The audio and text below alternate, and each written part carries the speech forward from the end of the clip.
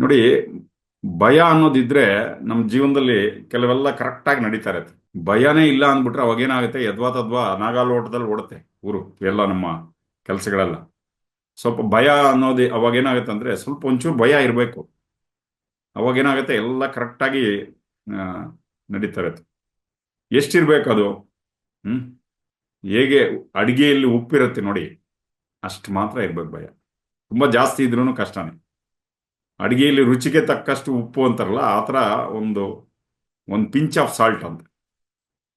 ಅದು ನಮ್ಮನ್ನ ಜಾಗರೂಕತೆಯಿಂದ ಇಟ್ಟಿರುತ್ತೆ ಭಯ ಅನ್ನೋದು. ಆ? ಭಯ ಇದ್ದಾಗ ನಮ್ಗೆ ಏನಾಗುತ್ತೆ ಗಮನಿಸಿದ್ದೀರಾ? ಪೂರ್ತಿ ಮನಸ್ಸು ವರ್ತಮಾನ ಕ್ಷಣಕ್ಕೆ ಬಂದ್ಬಿಡುತ್ತೆ. Mind comes to the present moment, ವರ್ತಮಾನ ಕ್ಷಣ ಬರುತ್ತೆ. ಪೂರ್ತಿ ನಾವು ಈ ಕ್ಷಣದಲ್ಲಿ ಇರ್ತೀವಿ ಭಯ ಇದ್ದಾಗ. ಯಾವಾಗ ಸ್ವಲ್ಪ ಆ ಭಯದ ಕ್ಷಣಗಳಲ್ಲಿ. ಹ್ಮ್ ಆದ್ರೆ ಅದರದ್ದು ಒಂದು ಸೈಡ್ ಎಫೆಕ್ಟ್ ಏನು ಅಂದ್ರೆ, ಮನಸ್ಸಿಗೆ ಸ್ವಲ್ಪ ತೊಂದರೆ ಕೊಡುತ್ತೆ. ಮನಸ್ಸಿಗೆ, ಶರೀರಕ್ಕೆ ಸ್ವಲ್ಪ ತೊಂದರೆ ಕೊಡುತ್ತೆ. ಏನು, ನಮ್ಮೊಳಗೆ ತುಂಬಾ ಟಾಕ್ಸಿನ್ ಅಂದ್ರೆ ವಿಷವಸ್ತುಗಳನ್ನ ಭಯ ಬಂದಾಗ ನೋಡಿ, ಶರೀರ ಕಂಪಿಸ್ಬಿಡುತ್ತೆ. ಹಾಗೆ ಮನಸ್ಸು ಒತ್ತಡಕ್ಕೆ ಒಳಗಾಗ್ಬಿಡುತ್ತೆ. ಇವೊಂದು ವರ್ತಮಾನ ಕ್ಷಣಕ್ಕೆ ಬಂದ್ರೂ ನಮ್ಮಲ್ಲಿ ತುಂಬಾ ಆಮ್, ಆ, ರಾಸಾಯನಿಕ ಪ್ರಕ್ರಿಯೆಗಳು ನಡೆಯುತ್ತೆ. ನಮ್ಮಲ್ಲಿ ಆ ವಿಷವನ್ನ ಇದನ್ನ ಉತ್ಪಾದನೆ ಮಾಡುತ್ತದೆ. ನಮಗೆ ಏನು ಭಯನಪ್ಪ ನಮ್ಮ ಜೀವನದಲ್ಲಿ? ನಮ್ಮ ಶರೀರ ಕಳ್ಕೊಂಡ್ಬಿಡ್ತೀವಿ ಅಂತ ಒಂದು ಭಯ. ಎಷ್ಟೋ ರೀತಿಯ ಭಯಗಳನ್ನ ಹೇಳ್ತಾ ಬರ್ತಾರೆ ಗುರುಗಳು. ಮೊದಲನೇದೇನು ಅಂದ್ರೆ, ಶರೀರ ಕಳ್ಕೊಂಡ್ಬಿಡ್ತೀವಿ, ಮರಣದ ಭಯ. ಇದೊಂದೇ ತುಂಬಾ ದೊಡ್ಡ ಭಯ ಪ್ರತಿಯೊಬ್ಬರಿಗೂ ಕಾಡೋದು. ಆದ್ರೂ ಈ ಭಯ ಅನ್ನೋದು ಇದೆಯಲ್ಲ, ಇದು ನಮ್ಮನ್ನ ವರ್ತಮಾನ ಕ್ಷಣಕ್ಕೆ ತಗೊಂಡ್ಬರುತ್ತೆ. ಹ್ಮ್ ಸೊ ಹಾಗೆ ನೋಡಿ, ನಾವು ಹುಟ್ಟಿದಾಗ್ಲಿಂದ ಯಾವಾಗ ಒಂದು 6 ತಿಂಗಳು 1 ವರ್ಷದ ಮಗುಗೆ ಭಯ ಅನ್ನೋದು ಇರೋದಿಲ್ಲ. ದೀಪಾನ ಹೋಗಿ ಇಟ್ಕೊಂಡ್ಬಿಡುತ್ತೆ ಮಗು, ಬೆಂಕಿಯಲ್ಲಿ ಕೈ ಕೈ ಇಟ್ಬಿಡುತ್ತೆ, ಗೊತ್ತಿಲ್ಲ ಅದಕ್ಕೆ ಪಾಪ. ಆದ್ರೆ ಯಾವಾಗ ತನ್ನ ಶರೀರವನ್ನ ಗುರುತಿಸಕ್ಕೆ ಶುರು ಮಾಡುತ್ತೆ ಚಿಕ್ಕ ಮಗು, ಅಹಂಕಾರ ಅಲ್ಲಿಂದ ಶುರುವಾಗತ್ತೆ. ಈಗೋ ಅದ್ರ ಜೊತೆಯಲ್ಲಿ ಭಯ ಕೂಡ ಸ್ಟಾರ್ಟ್ ಆಗತ್ತೆ. ಇದು ಗುರುಗಳು ಹೇಳ್ತಾರೆ. ಏನು, ಯಾವಾಗ ಶರೀರದ ಪ್ರಜ್ಞೆ ಬರಕ್ಕೆ ಶುರುವಾಗತ್ತೆ ಮಗುಗೆ, ಅದ್ರ ಜೊತೆಗೆ ಈ ಭಯ ಕೂಡ ಜೊತೆಗೆ ಬರುತ್ತೆ. ಮತ್ತೆ ಎಷ್ಟೋ ಸರಿ ಭಯನೇ ನಮ್ಮನ್ನು ಕಾಪಾಡುತ್ತೆ. ಇಲ್ಲಾಂದ್ರೆ ಯದ್ವಾ ತದ್ವಾ 200 250 ಸ್ಪೀಡಲ್ಲಿ ಗಾಡಿ ಓಡಿಸ್ಬಿಟ್ರೆ ಏನೋ, ಅವಾಗ ನಾವು ನಮ್ಮ ಶರೀರನ ಕಳ್ಕೊಂಡ್ಬಿಡ್ತೀವಿ ನಾವು. ಅಥವಾ ಎಲ್ಲ ಮಾಡಿ ಮೇಲಿಂದ ಭಯ ಇಲ್ಲ ಅಂದ್ರೆ ಮೇಲಿಂದ ದುಂಕ್ಬಿಟ್ರೆ ಹೆಚ್ಚು ಕಡಿಮೆ ಆದ್ರೆ, ಈ ಭಯ ಏನಾಗುತ್ತೆ, ಹೆಚ್ಚು ಕಡಿಮೆ ಆದ್ರೆ ಶರೀರನ ಕಳ್ಕೊಂಡ್ಬಿಡ್ತೀವಿ ನಾವು. ಸೊ ಈ ನಮ್ಮ ಶರೀರವನ್ನು ಕಾಪಾಡ್ತಾ ಇರೋದು ಈ ಭಯವೇ. ಇಲ್ಲ ಅಂದ್ರೆ ಏನಾಗುತ್ತೆ, ಯದ್ವಾ ತದ್ವಾ ನಮ್ಮ ಬಿಹೇವಿಯರ್ ಅಲ್ಲಿ ತುಂಬಾ ಡಿಫ್ರೆನ್ಸ್ ಬರುತ್ತೆ ಭಯ ಇಲ್ಲ ಅಂದ್ರೆ. ಕೆಲವರು ಫಿಯರ್ಲೆಸ್ನೆಸ್ ಇರುತ್ತೆ ನೋಡಿ. ಎಷ್ಟೋ ಜನ ಏನಂದ್ರೆ ಅದು ಮಾಡ್ತಾ ಇರ್ತಾರೆ, ಬಾಯಿಗೆ ಬಂದಂಗೆ ಮಾತಾಡೋದು, ಏನಂದ್ರೆ ಅದು ಮಾತಾಡೋದು, ಏನಂದ್ರೆ ಅದು ಮಾಡೋದು. ಆದ್ರಿಂದ ಸ್ವಲ್ಪ ಮಟ್ಟಿಗೆ ಭಯ ಅನ್ನೋದು ಇರಬೇಕು. ಪಿಂಚ್ ಆಫ್ ಸಾಲ್ಟ್ ಅಂತ ಹೇಗೆ, ಅದು ನಮ್ಮನ್ನ ರುಚಿ, ಹೇಗೆ ಆಹಾರದಲ್ಲಿ ಎಷ್ಟು ಮಾತ್ರ ಉಪ್ಪಿರಬೇಕೋ ರುಚಿಗೆ ತಕ್ಕಷ್ಟು ಅಷ್ಟು ಮಾತ್ರ ಭಯ ಕೂಡ ಇರಬೇಕು. ನನ್ನ ವೈಯಕ್ತಿಕ ಅನುಭವ ಏನು ಅಂದ್ರೆ, ಈ ಪಾತಲ್ಲಿ ನಡೆಯುವಾಗ ಕೂಡ ನಾವು ಭಯ ಇರಬೇಕು. ಒಂಚೂರು ಒಂಚೂರು, ತುಂಬಾ ಜಾಸ್ತಿ ಅಲ್ಲ, ಒಂದು ಸ್ವಲ್ಪ ಮಟ್ಟಿಗೆ ಇರ್ಬೇಕು ನಾವು. ಧ್ಯಾನ ಮಾಡಿದಾಗ ಸ್ವಲ್ಪ ಫ್ರೀಡಮ್ ಎಕ್ಸ್ಪೀರಿಯನ್ಸ್ ಆಗತ್ತೆ ನಮಗೆ ಅಧ್ಯಾತ್ಮ ಪದದಲ್ಲಿ. ಬಟ್ ಅದರ ಜೊತೆಗೆ ಸ್ವಲ್ಪ ಭಯವನ್ನು ಕೂಡ ಇಟ್ಕೊಂಡಿರ್ಬೇಕು. ನೋಡಿ, ಭಯ ಜಾಸ್ತಿ ಆಗ್ಬಿಟ್ರೆ, ಇವಾಗ ಮನೇಲಿ ಹುಳಿ ಮಾಡಿರ್ತಾರೆ, ಸಾಂಬಾರೇನ ಮಾಡಿರ್ತಾರೆ, ಅದರಲ್ಲಿ ಉಪ್ಪು ಜಾಸ್ತಿ ಆಗ್ಬಿಡುತ್ತೆ ಅಂದ್ಕೊಳ್ಳಿ, ಯಾರನ್ನ ತಿಂತಾರ ಅದನ್ನ ಎತ್ಕೊಂಡಾಗ ಆಚೆ ಬಿಸಾಕ್ತೀವಿ ನಾವು. ಅದೇ ತರ ಭಯ ಜಾಸ್ತಿ ಆಗ್ಬಿಟ್ರೆ ಅದು ಸರಿ ಹೋಗೋದಿಲ್ಲ ಅದು. ಸೊ ಅದಕ್ಕೋಸ್ಕರ ಈ ಭಯ ಏನ್ ಮಾಡುತ್ತೆ, ನಮ್ಮನ್ನ ಅಲರ್ಟ್ ಆಗಿ ಇಟ್ಟಿರುತ್ತೆ, ಅರಿವಿನಲ್ಲಿ ಇಟ್ಟಿರುತ್ತೆ ಅದು. ಒಂದೊಂದ್ಸರಿ ತುಂಬಾ ಸಂತೋಷ ಆಯ್ತು ಅನ್ಕೊಳ್ಳಿ, ಬಾಯಿಗೆ ಬಂದದ್ದೆಲ್ಲ ಮಾತಾಡ್ಬಿಡ್ತೀವಿ. ಎದುರುಗಡೆ ಇರೋ ವ್ಯಕ್ತಿಗೆ ಒಂದೊಂದ್ಸರಿ ಅವಮಾನ ಮಾಡ್ತೀವಿ. ಮೈ ಮೇಲೆ ಪ್ರಜ್ಞೆ ಇರಲ್ವಲ್ಲ, ಈ ಭಯ ಏನ್ ಮಾಡುತ್ತೆ, ಸ್ವಲ್ಪ ಪ್ರಜ್ಞೆ ತಗೊಂಡ್ಬರುತ್ತೆ ನಮ್ಗೆ. ಅದೇ ರೀತಿ ದುಃಖದಲ್ಲಿರೋವನ್ಗೂ ಕೂಡ ಮೈ ಮೇಲೆ ಪ್ರಜ್ಞೆ ಹೋಗ್ಬಿಡತ್ತೆ. ಗಮನಿಸಿದೀರಾ ನೀವು? ದುಃಖದಲ್ಲಿದ್ದಾಗ ಕೂಡ ಸ್ವಲ್ಪ ಮೈ ಮೇಲೆ ಪ್ರಜ್ಞೆ ಇರೋದಿಲ್ಲ. ಅವಾಗ್ಲೂ ನಾವು ಹೇಗಂದ್ರೆ ಹಾಗೆ ಬಿಹೇವ್ ಮಾಡ್ತೀವಿ. ನಾವು ಏನ್ ಮಾಡ್ತಾ ಇದೀವೋ ಗೊತ್ತಿಲ್ಲ, ಅದ್ರದ್ದು ರಿಪರ್ಕಷನ್ಸ್ ಏನಾಗುತ್ತೆ ಅಂತ ಕೂಡ ಗೊತ್ತಾಗಲ್ಲ ನಮ್ಗೆ. ತುಂಬಾ ಎಕ್ಸೈಟ್ ಆದವ್ರು ಕೂಡ, ಅವ್ರಿಗೆ ಭಯ ಇಲ್ಲದೆ ಇದ್ದಾಗ ಹೇಗಂದ್ರೆ ಹಾಗೆ ಬಿಹೇವ್ ಮಾಡೋಕ್ಕೆ ಶುರು ಮಾಡ್ತೀವಿ. ಇದು ನಮ್ಮ ಜೀವನದಲ್ಲಿ ಅನುಭವ ಆಗಿದೆ ಅಲ್ವಾ? ಎಷ್ಟೋ ಸರಿ ಅನುಭವ ಆಗಿದೆ ಈ ಥರದ್ದು. ಆದರೆ ದೇವತೆಗಳಿಗೆ, ಈ ಮಾನವರು ನೆಕ್ಸ್ಟ್ ಲೆವೆಲ್ ಬಂದು ದೇವತೆಗಳು, ದೇವತೆಗಳಿಗೆ ಭಯ ಅನ್ನೋದಿರಲ್ಲ, ಫಿಯರ್ಲೆಸ್ನೆಸ್ ಅಂತ. ಆದ್ರೆ ಮನುಷ್ಯನಲ್ಲಿ ಇದೆರಡೂ ಇದೆ, ಭಯನೂ ಇದೆ, ಭಯ ಇಲ್ಲದೆ ಇರೋ ಸ್ಥಿತಿನೂ ಇದೆ. ಮನುಷ್ಯನಲ್ಲಿ ಭಯನೂ ಇದೆ, ಭಯ ಪಡ್ತಾ ಇರ್ತಾನೆ, ಅಥವಾ ಒಂದೊಂದ್ಸರಿ ಭಯ ಇಲ್ಲದೆ ಇರುವಂತ ಸ್ಥಿತಿ ಕೂಡ ಇರುತ್ತೆ ಮನುಷ್ಯನಲ್ಲಿ. ಸೊ ಇದೆರಡು ಬ್ಯಾಲೆನ್ಸ್ ಅಲ್ಲಿ ಇರಬೇಕು. ಇದೆರಡೂ ನಮ್ಮೊಳಗಿದೆ, ಈ ಕ್ವಾಲಿಟೀಸ್ ಎರಡೂ ನಮ್ಮೊಳಗಡೆ ಇದೆ ಅಂತ ಹೇಳ್ತಾರೆ ಗುರುಗಳು. ಇದರಲ್ಲಿ ಬೇರೆ ಬೇರೆ ರೀತಿಯ ಭಯಗಳ ಬಗ್ಗೆ ಹೇಳ್ತಾ ಬರ್ತಾರೆ. ಶರೀರದ ಬಗ್ಗೆ ಭಯ, ಯಾರು ನಮ್ಮ ಬಗ್ಗೆ ಏನ್ ಮಾತಾಡ್ತಾರೆ, ಅದರಿಂದ ಏನಾಗತ್ತೆ ಅನ್ನೋದ್ರ ಬಗ್ಗೆ ಭಯ. ಇದನ್ನ ಹಿಂಗೆ ಎಲ್ಲ ನೋಡ್ಕೊಂತ ಹೋಗ್ಬೋದು, ಎಷ್ಟೋ ರೀತಿಯ ಭಯಗಳಿದೆ ಅದನ್ನ ಏನು. ಆದ್ರೆ ಜ್ಞಾನೋದಯ ಆದ್ಮೇಲೆ ಕೂಡ ಒಂದ್ ಸ್ವಲ್ಪ ಭಯ ಇದೆ ಅಂದ್ರೆ ಅದ್ರ ಬಗ್ಗೆ ಅಷ್ಟವಕ್ರ ಮಹರ್ಷಿಗಳು ಏನಂತಾರಂದ್ರೆ ಸ್ವಲ್ಪ ಇದಕ್ಕೆ ಆಶ್ಚರ್ಯನೇ ಪಡಬೇಕಾಗತ್ತೆ ಅಂತ. ಜ್ಞಾನೋದಯ ಆದ್ಮೇಲೆ ಕೂಡ ಏನು ಭಯ ಇದ್ರೆ ಅದಕ್ಕೆ ಅದ್ರ ಬಗ್ಗೆ ಆಶ್ಚರ್ಯ ಪಡಬೇಕಾಗತ್ತೆ. ಸೊ ಹಾಗಂತ ಜ್ಞಾನೋದಯ ಅವ್ರಿಗಾಗಿಲ್ಲ ಅಂತ ನೀವು ನೆಗೆಟ್ ಮಾಡಕ್ ಹೋಗ್ಬೇಡಿ. ಅವರಲ್ಲಿ ಸ್ವಲ್ಪ ಭಯ ಕಂಡ್ರೆ ಅದು ಯಾವುದೋ ಪಾಸಿಂಗ್ ಕ್ಲೌಡ್. ಅದು ಹೇಗೆ ಆಕಾಶದಲ್ಲಿ ಒಂದು ಮೇಘ ಬಂದು ಹಿಂಗೆ ಹೋಗ್ತಾ ಇದೆಯೋ ಅದೇ ರೀತಿ ಅವರಲ್ಲಿ ಅದು ಬಂದು ಹೋಗ್ತಾ ಇದೆ. ಅರ್ಥ ಆಗ್ತಾ ಇದೆಯಾ? ಸೊ ಅದು ಬರಬಾರದು ಅಂತ ಏನಿಲ್ಲ. ಆ ಜ್ಞಾನದಿಯಾದಂಥ ಜ್ಞಾನಿ ಅವರಲ್ಲಿ ಬರುವಂತಹ ಆ ಭಯಗಳನ್ನ ಒಂದು ಹಾಗೆ ಗಮನಿಸ್ತಾ ಇರ್ತಾರೆ, ಸಾಕ್ಷಿ ಭಾವದಿಂದ ಗಮನಿಸ್ಕೊಂಡು ಹೋಗ್ತಾರೆ. ಅದೇ ರೀತಿ ಆಸೆಗಳು ಕೂಡ ಕೇಳಿಸ್ಕೊತಾ ಇದ್ರೆ, ಅದೇ ರೀತಿ ಆಸೆಗಳು ಕೂಡ ಹೇಗೆ ಬರುತ್ತೆ ಆಸೆಗಳು? ಈ ಕ್ಷಣದಲ್ಲಿ ನಮಗೇನೋ ಹೆಚ್ಚಿಗೆ ಇಲ್ಲ, ಇನ್ನ ಏನೋ ಬೇಕಾಗಿದೆ ಈ ಕ್ಷಣದಲ್ಲಿ. ಅರ್ಥ ಆಗ್ತಾ ಇದೆಯಲ್ಲ? ಆವಾಗ ಈ ಆಸೆ ಅನ್ನೋದು ನಮ್ಮಲ್ಲಿ ಬರುತ್ತೆ. ಅದೇ ರೀತಿ ಆಸೆಗಳು ಕೂಡ ಹೇಗ್ ಬರುತ್ತೆ ಇದು ಅಂತ ಹೇಳ್ತಾ ಇದ್ದಾರೆ ಗುರುಗಳು. ಯಾವಾಗ ಈ ಕ್ಷಣದಲ್ಲಿ ಯಾವುದೋ ಒಂದು ನಮಗೆ ಕಡಿಮೆ ಬಿದ್ದಿದೆ, ಕೊರತೆ ಬಂದಿದೆ, ಅವಾಗ ಆ ವಸ್ತು ಆಗ್ಲಿ ಆ ವಿಷಯವಾಗ್ಲಿ ಬೇಕಾಗತ್ತೆ ಅನ್ಸುತ್ತೆ, ಅವಾಗ ಆಸೆ ಹುಟ್ಟತ್ತೆ. ಈ ಕ್ಷಣದಲ್ಲಿ ಯಾವುದೂ ಸರಿ ಇಲ್ಲ, ಮುಂದೆ ಏನೋ ಬೇಕಾಗಿದೆ ನಮಗೆ, ಅದಕ್ಕೋಸ್ಕರ ಆಸೆಗಳು ಬರುತ್ತೆ. ಆಸೆ ಅನ್ನೋದು ಹುಟ್ಟತ್ತೆ ನಮಗೆ. ಮತ್ತೆ ಲಸ್ಟ್ ಅನ್ನೋದು, ಮೋಹ ಅನ್ನೋದು, ಕಾಮ ಅನ್ನೋದು ಏನು ಅಂದ್ರೆ ನೋಡಿ, ಅದು ಕೂಡ ನಮ್ಮನ್ನ ವರ್ತಮಾನ ಕ್ಷಣಕ್ಕೆ ತಗೊಂಡ್ಬರತ್ತೆ. ಆದರೆ ಒಬ್ಬ ಜ್ಞಾನಿಯಲ್ಲಿ ಇವೆಲ್ಲ ಇರಬಹುದು, ಯಾವಾಗ್ಲೂ ಒಂದೊಂದ್ಸರಿ ಪ್ರತಿಯೊಬ್ಬ ಜ್ಞಾನಿಯಲ್ಲೂ ಇರುತ್ತೆ ಅಂತಿಲ್ಲ. ಒಂದೊಂದ್ಸರಿ ಈ ಪಾಸಿಬಿಲಿಟೀಸ್ ಕೂಡ ಇರಬಹುದು. ಯಾವಾಗ್ಲೂ ಒಂದೊಂದ್ಸರಿ ಈ ತರ ಆದಾಗ ಅದ್ರ ಬಗ್ಗೆ ಅವ್ರಿಗೆ ಎನ್ಲೈಟನ್ ಆಗಿಲ್ಲ, ಆ ತರ ಧಾರಣೆಗೆ ಬರೋದು ಬೇಡ. ಅದು ಬಂದು ಹೋಗ್ತಾ ಇರುತ್ತೆ, ಅದು ಒಂದು ಮೋಡದ ರೀತಿಯಲ್ಲಿ ಬಂದು ಹೋಗ್ತಾ ಇರುತ್ತೆ. ಮುಂದಿನ ಶ್ಲೋಕ ಏನ್ ಹೇಳ್ತಾರೆ? ಜ್ಞಾನಿಗಳು ತಮ್ಮಲ್ಲಿ ಬರುವಂತಹ ಈ ಎಲ್ಲ ಭಾವನೆಗಳನ್ನ ಯಾವ ರೀತಿ ಗಮನಿಸ್ತಾರೆ ಅಂತ ಹೇಳ್ತಾರೆ. ಇದು ನಿನ್ನೇನು ಚರ್ಚೆ ಆಗಿದೆ. ಯಾವ ತರ ಗಮನಿಸ್ತಾರೆ ಅಂದ್ರೆ, ಯಾವುದು ಭಯ ಅನ್ನೋದು ಉಂಟಾಗ್ತಾ ಇದ್ರೆ ಬೇರೆ ಶರೀರದಲ್ಲಿ ಉಂಟಾಗ್ತಾ ಇದೆ ಅನ್ನೋ ರೀತಿಯಲ್ಲಿ ಗಮನಿಸ್ತಾರೆ. ಯಾಕಂದ್ರೆ ಅವ್ರು ಪೂರ್ತಿ ಚೈತನ್ಯದ ಜೊತೆನೆ ಇರ್ತಾರೆ, ಚೈತನ್ಯದ ರೂಪನೇ. ಶರೀರವನ್ನ ಬೇರೆ ರೀತಿಯಲ್ಲಿ ನೋಡ್ತಾ ಇರ್ತಾರೆ. ನಾನು ಶರೀರ ಅನ್ನೋ ದೇಹಾಭಿಮಾನ ಇರೋದಿಲ್ಲ ಬಾಧ್ಯ ಜ್ಞಾನಿಗಳಲ್ಲಿ. ಯಾವುದೋ ಇನ್ನೊಂದು ಶರೀರದಲ್ಲಿ ಭಯ ಆಗ್ತಾ ಇದೆ, ಇನ್ನೊಂದು ಶರೀರದಲ್ಲಿ ಕಾಮವಾಸನೆ ಉಂಟಾಗ್ತಾ ಇದೆ, ಇನ್ನೊಂದು ಶರೀರದಲ್ಲಿ ಆಸೆಗಳು ಹೇಳ್ತಾ ಇದೆ, ಆ ಥರ ನೋಡ್ತಾರೆ ಹೊರತು ಅವರೊಳಗೆ ಹೇಳ್ತಾ ಇದೆ ಅನ್ನೋ ತರ ನೋಡೋದಿಲ್ಲ. ಅದರಿಂದ ಏನು ಡಿಸ್ಟರ್ಬ್ ಆಗದಿರೋ ಮುಂದೆ ನಡೀತಾರೆ, ವಿಚಲಿತರಾಗದೆ ಮುನ್ನಡೀತಾರೆ. ಓಕೆ, ಮುಂದಿನ ಶ್ಲೋಕ ಏನ್ ಹೇಳ್ತಾರೆ ಅಂದ್ರೆ, ಮಾಯಾ ಮಾತ್ರ ಮಿದಂ ವಿಶ್ವಂ ಪಶ್ಯನ್ ವಿಗತ ಕೌತುಕ ಅಪಿ ಸನ್ನಿಹಿತಂ ಮೃತ್ಯೋ ಕಥಂ ತ್ರಸ್ಯತಿ ಧೀರಧೀಹಿ. ಮಾಯಾ ಮಾತ್ರ ಮಿದಂ ವಿಶ್ವಂ ಪಶ್ಯನ್ ವಿಗತ ಕೌತುಕ ಅಪಿ ಸನ್ನಿಹಿತಂ ಮೃತ್ಯೋ ಕಥಂ ತ್ರಸ್ಯತಿ ಧೀರಧೀಹಿ. ಸೊ ಈ ವಿಶ್ವವೆಲ್ಲ ಒಂದು ರೀತಿ ಮಾಯೆ ಎಂದು ಯಾವುದೇ ರೀತಿಯ ಕುತೂಹಲ ಇಲ್ಲದೆ ಜ್ಞಾನಿಗಳು ನೋಡ್ತಾರೆ. ಮೃತ್ಯು ಬಂದರೂ ಕೂಡ ಅದಕ್ಕೆ ಹೆದರೋದಿಲ್ಲ. ಕೇಳಿಸ್ಕೊತಾ ಇದ್ದೀರಾ? ಮೃತ್ಯು ಬಂದರೂ ಕೂಡ ಅದಕ್ಕೆ ಹೆದರೋದಿಲ್ಲ. ಅದನ್ನು ಯಾವ ತರ ನೋಡ್ತಾರೆ ಅಂತ ಎಕ್ಸ್ಪ್ಲೇನ್ ಮಾಡ್ತಾರೆ ಇಲ್ಲಿ. ಕುತೂಹಲ ಅಂದ್ರೆ ಏನು? ವಿಗತ ಕೌತುಕ. ಕೌತುಕ ಅಂದ್ರೆ ಕುತೂಹಲ ಅಂತ. ಇಲ್ಲಿ ಕುತೂಹಲ ಮತ್ತೆ ಆಶ್ಚರ್ಯ ಇದೆರಡನ್ನ ಎಕ್ಸ್ಪ್ಲೇನ್ ಮಾಡ್ತಾರೆ.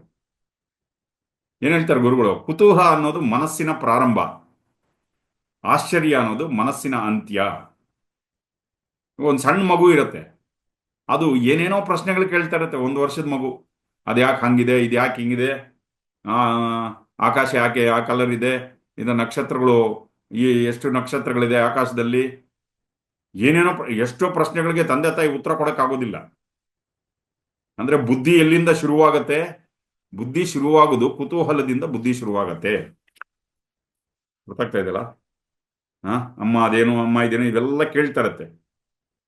ಒಂದು ಪ್ರಶ್ನೆಗೆ ಉತ್ತರ ಕೊಟ್ವಿ ಅನ್ಕೊಳ್ಳಿ, ಇನ್ನೊಂದು ಪ್ರಶ್ನೆ ರೆಡಿ ಆಗತ್ತೆ ಅಲ್ಲಿ. ಮಕ್ಕಳ ಸ್ವಭಾವ ಏನದು. ಬಟ್ ಇದು ಕುತೂಹಲ ಇರುತ್ತೆ. ಇದು ಯಾವ ವಯಸ್ಸಲ್ಲಿ ಇರುತ್ತೆ ಅಂದ್ರೆ 3 ವರ್ಷದಿಂದ 6 ವರ್ಷದವರೆಗೆ ಈ ಕುತೂಹಲ ಅನ್ನೋದು ಇರುತ್ತೆ.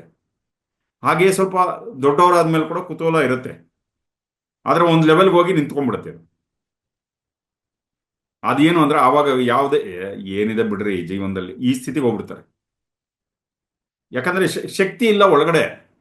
ಜೀವನವನ್ನು ಅಪ್ರಿಶಿಯೇಟ್ ಮಾಡುವಂತ ಒಂದು ಶಕ್ತಿ ಕಳ್ಕೊಂಡ್ಬಿಡ್ತೀವಿ. ಪ್ರಾಣ ಶಕ್ತಿ ಇರೋದಿಲ್ಲ ನಮ್ಮಲ್ಲಿ. ಅವಾಗ ಜಡತ್ವ ಬಂದ್ಬಿಡುತ್ತೆ. ಯಾವ್ದು ನೋಡಿದ್ರು ಏನಂತ ದೊಡ್ಡ ವಿಷಯ ಅನ್ಸಲ್ಲ. ಅರ್ಥ ಆಗ್ತಾ ಇದೆಯಲ್ಲ? ಇದು ನಮ್ಮಲ್ಲಿ ಎಕ್ಸ್ಪೀರಿಯನ್ಸ್ ಆಗತ್ತಲ್ಲ ಇವೆಲ್ಲ. ಎಷ್ಟೇ ಆಶ್ಚರ್ಯಕರವಾಗಿರೋದು ನೋಡಿದ್ರು ಏನಿದೆ ಬಿಡ್ರಿ ಅದರಲ್ಲಿ. ಕುತೂಹಲ ಅಂದ್ರೆ ಏನು? ಎಲ್ಲವನ್ನ ಪ್ರಶ್ನೆ ಮಾಡಿ ನೋಡುವಂಥದ್ದು. ಇದು ಜನರಲಿ ವಿಜ್ಞಾನಕ್ಕೆ ಸಂಬಂಧಪಟ್ಟಿರೋದು. ಅದಕ್ಕೆ ಗುರುಗಳು ಏನ್ ಹೇಳ್ತಾರಂದ್ರೆ, ಕುತೂಹಲ ಒಂದು ರೀತಿ ವಿಜ್ಞಾನಕ್ಕೆ ತಾಯಿ ಇದ್ದಂಗೆ. ಎಲ್ಲವನ್ನ ಇದೇನು ಇದೇನು ಇದೇನು ಅಂತ ಪ್ರಶ್ನೆ ಮಾಡೋದು. ಆದರೆ ಆಶ್ಚರ್ಯ ಅನ್ನೋದು ಆಧ್ಯಾತ್ಮಿಕದ ತಾಯಿ, ಆಧ್ಯಾತ್ಮಿಕತೆಯ ತಾಯಿ ಇದು. ಕುತೂಹಲ ಅನ್ನೋದು ಮನಸ್ಸಿನ ಮೂಲಕ ಕೆಲಸ ಮಾಡಿದ್ರೆ, ಆಶ್ಚರ್ಯ ಹೃದಯದಿಂದ ಉಕ್ಕಿ ಬರುವಂಥದ್ದು. ಆಮೇಲೆ ಕುತೂಹಲ ನೋಡಿ, ಆ ಪ್ರಶ್ನೆ ಹಾಕಿದ್ರೆ ಉತ್ತರನ ಬಯಸತ್ತೆ. ಆಶ್ಚರ್ಯದಲ್ಲಿ ಯಾವುದೇ ರೀತಿಯ ಪ್ರಶ್ನೆ ಇಲ್ಲ.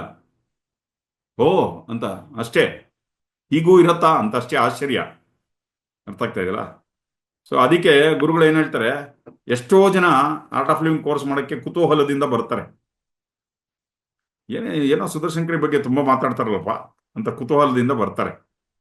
ಬಂದ್ಮೇಲೆ ಅವರ ದೃಷ್ಟಿ ಬದಲಾಗ್ತಾ ಹೋಗ್ತದೆ. ಕಾಲಕ್ರಮೇಣ ಕುತೂಹಲ ಬದಲಾಗ್ತದೆ. ಮತ್ತೆ ಒಂದೊಂದ್ಸರಿ ಪವಾಡಗಳು ನಡೀತಾ ಇರತ್ತೆ. ಆರ್ಟ್ ಆಫ್ ಲಿವಿಂಗ್ ಬಂದ್ಮೇಲೆ ಎಷ್ಟೋ ಅದ್ಭುತಗಳು ನಡೆಯುತ್ತೆ. ಸ್ಟಾರ್ಟಿಂಗ್ ಅಲ್ಲಿ ಕುತೂಹಲ, ಪವಾಡಗಳು, ಹೋಗ್ತಾ ಹೋಗ್ತಾ ಅದಕ್ಕೆ ಅಡ್ಜಸ್ಟ್ ಆಗ್ಬಿಡ್ತೀವಿ ನಾವು. ಅರ್ಥ ಆಗ್ತಾ ಇದೆಯಲ್ಲ? ಸೊ ಇದು ಆಶ್ಚರ್ಯ ಮತ್ತೆ ಕುತೂಹಲಕ್ಕೆ ಇದೆರಡು ಹೇಳ್ತಾರೆ ಗುರುಗಳು ಒಂದು ಡಿಫರೆನ್ಸ್ ಏನು. ಇಲ್ಲಿ ಇನ್ನೊಂದು ಏನು ಹೇಳ್ತಾ ಇದ್ದಾರೆ, ಮಾಯಾ ಮಾತ್ರ ಮಿದಂ ವಿಶ್ವಂ. ಈ ವಿಶ್ವ ನಮಗೆ ಹೇಗೆ ಗೊತ್ತಾಗ್ತಾ ಇದೆ? ಈ ಪ್ರಪಂಚ ನಮ್ಮ ಇಂದ್ರಿಯಗಳ ಮುಖಾಂತರ ಗೊತ್ತಾಗ್ತಾ ಇದೆ. ಇಂದ್ರಿಯಗಳು ಯಾವ್ದಪ್ಪ? ಕಣ್ಣು, ಕಿವಿ, ನಾಲಿಗೆ, ಮೂಗು, ಚರ್ಮ. ಇದು ಇಂದ್ರಿಯಗಳಿಂದ. ಕಣ್ಣಿನಿಂದ ನೋಡ್ತೀವಿ ಪ್ರಪಂಚವನ್ನ ಅಲ್ವಾ?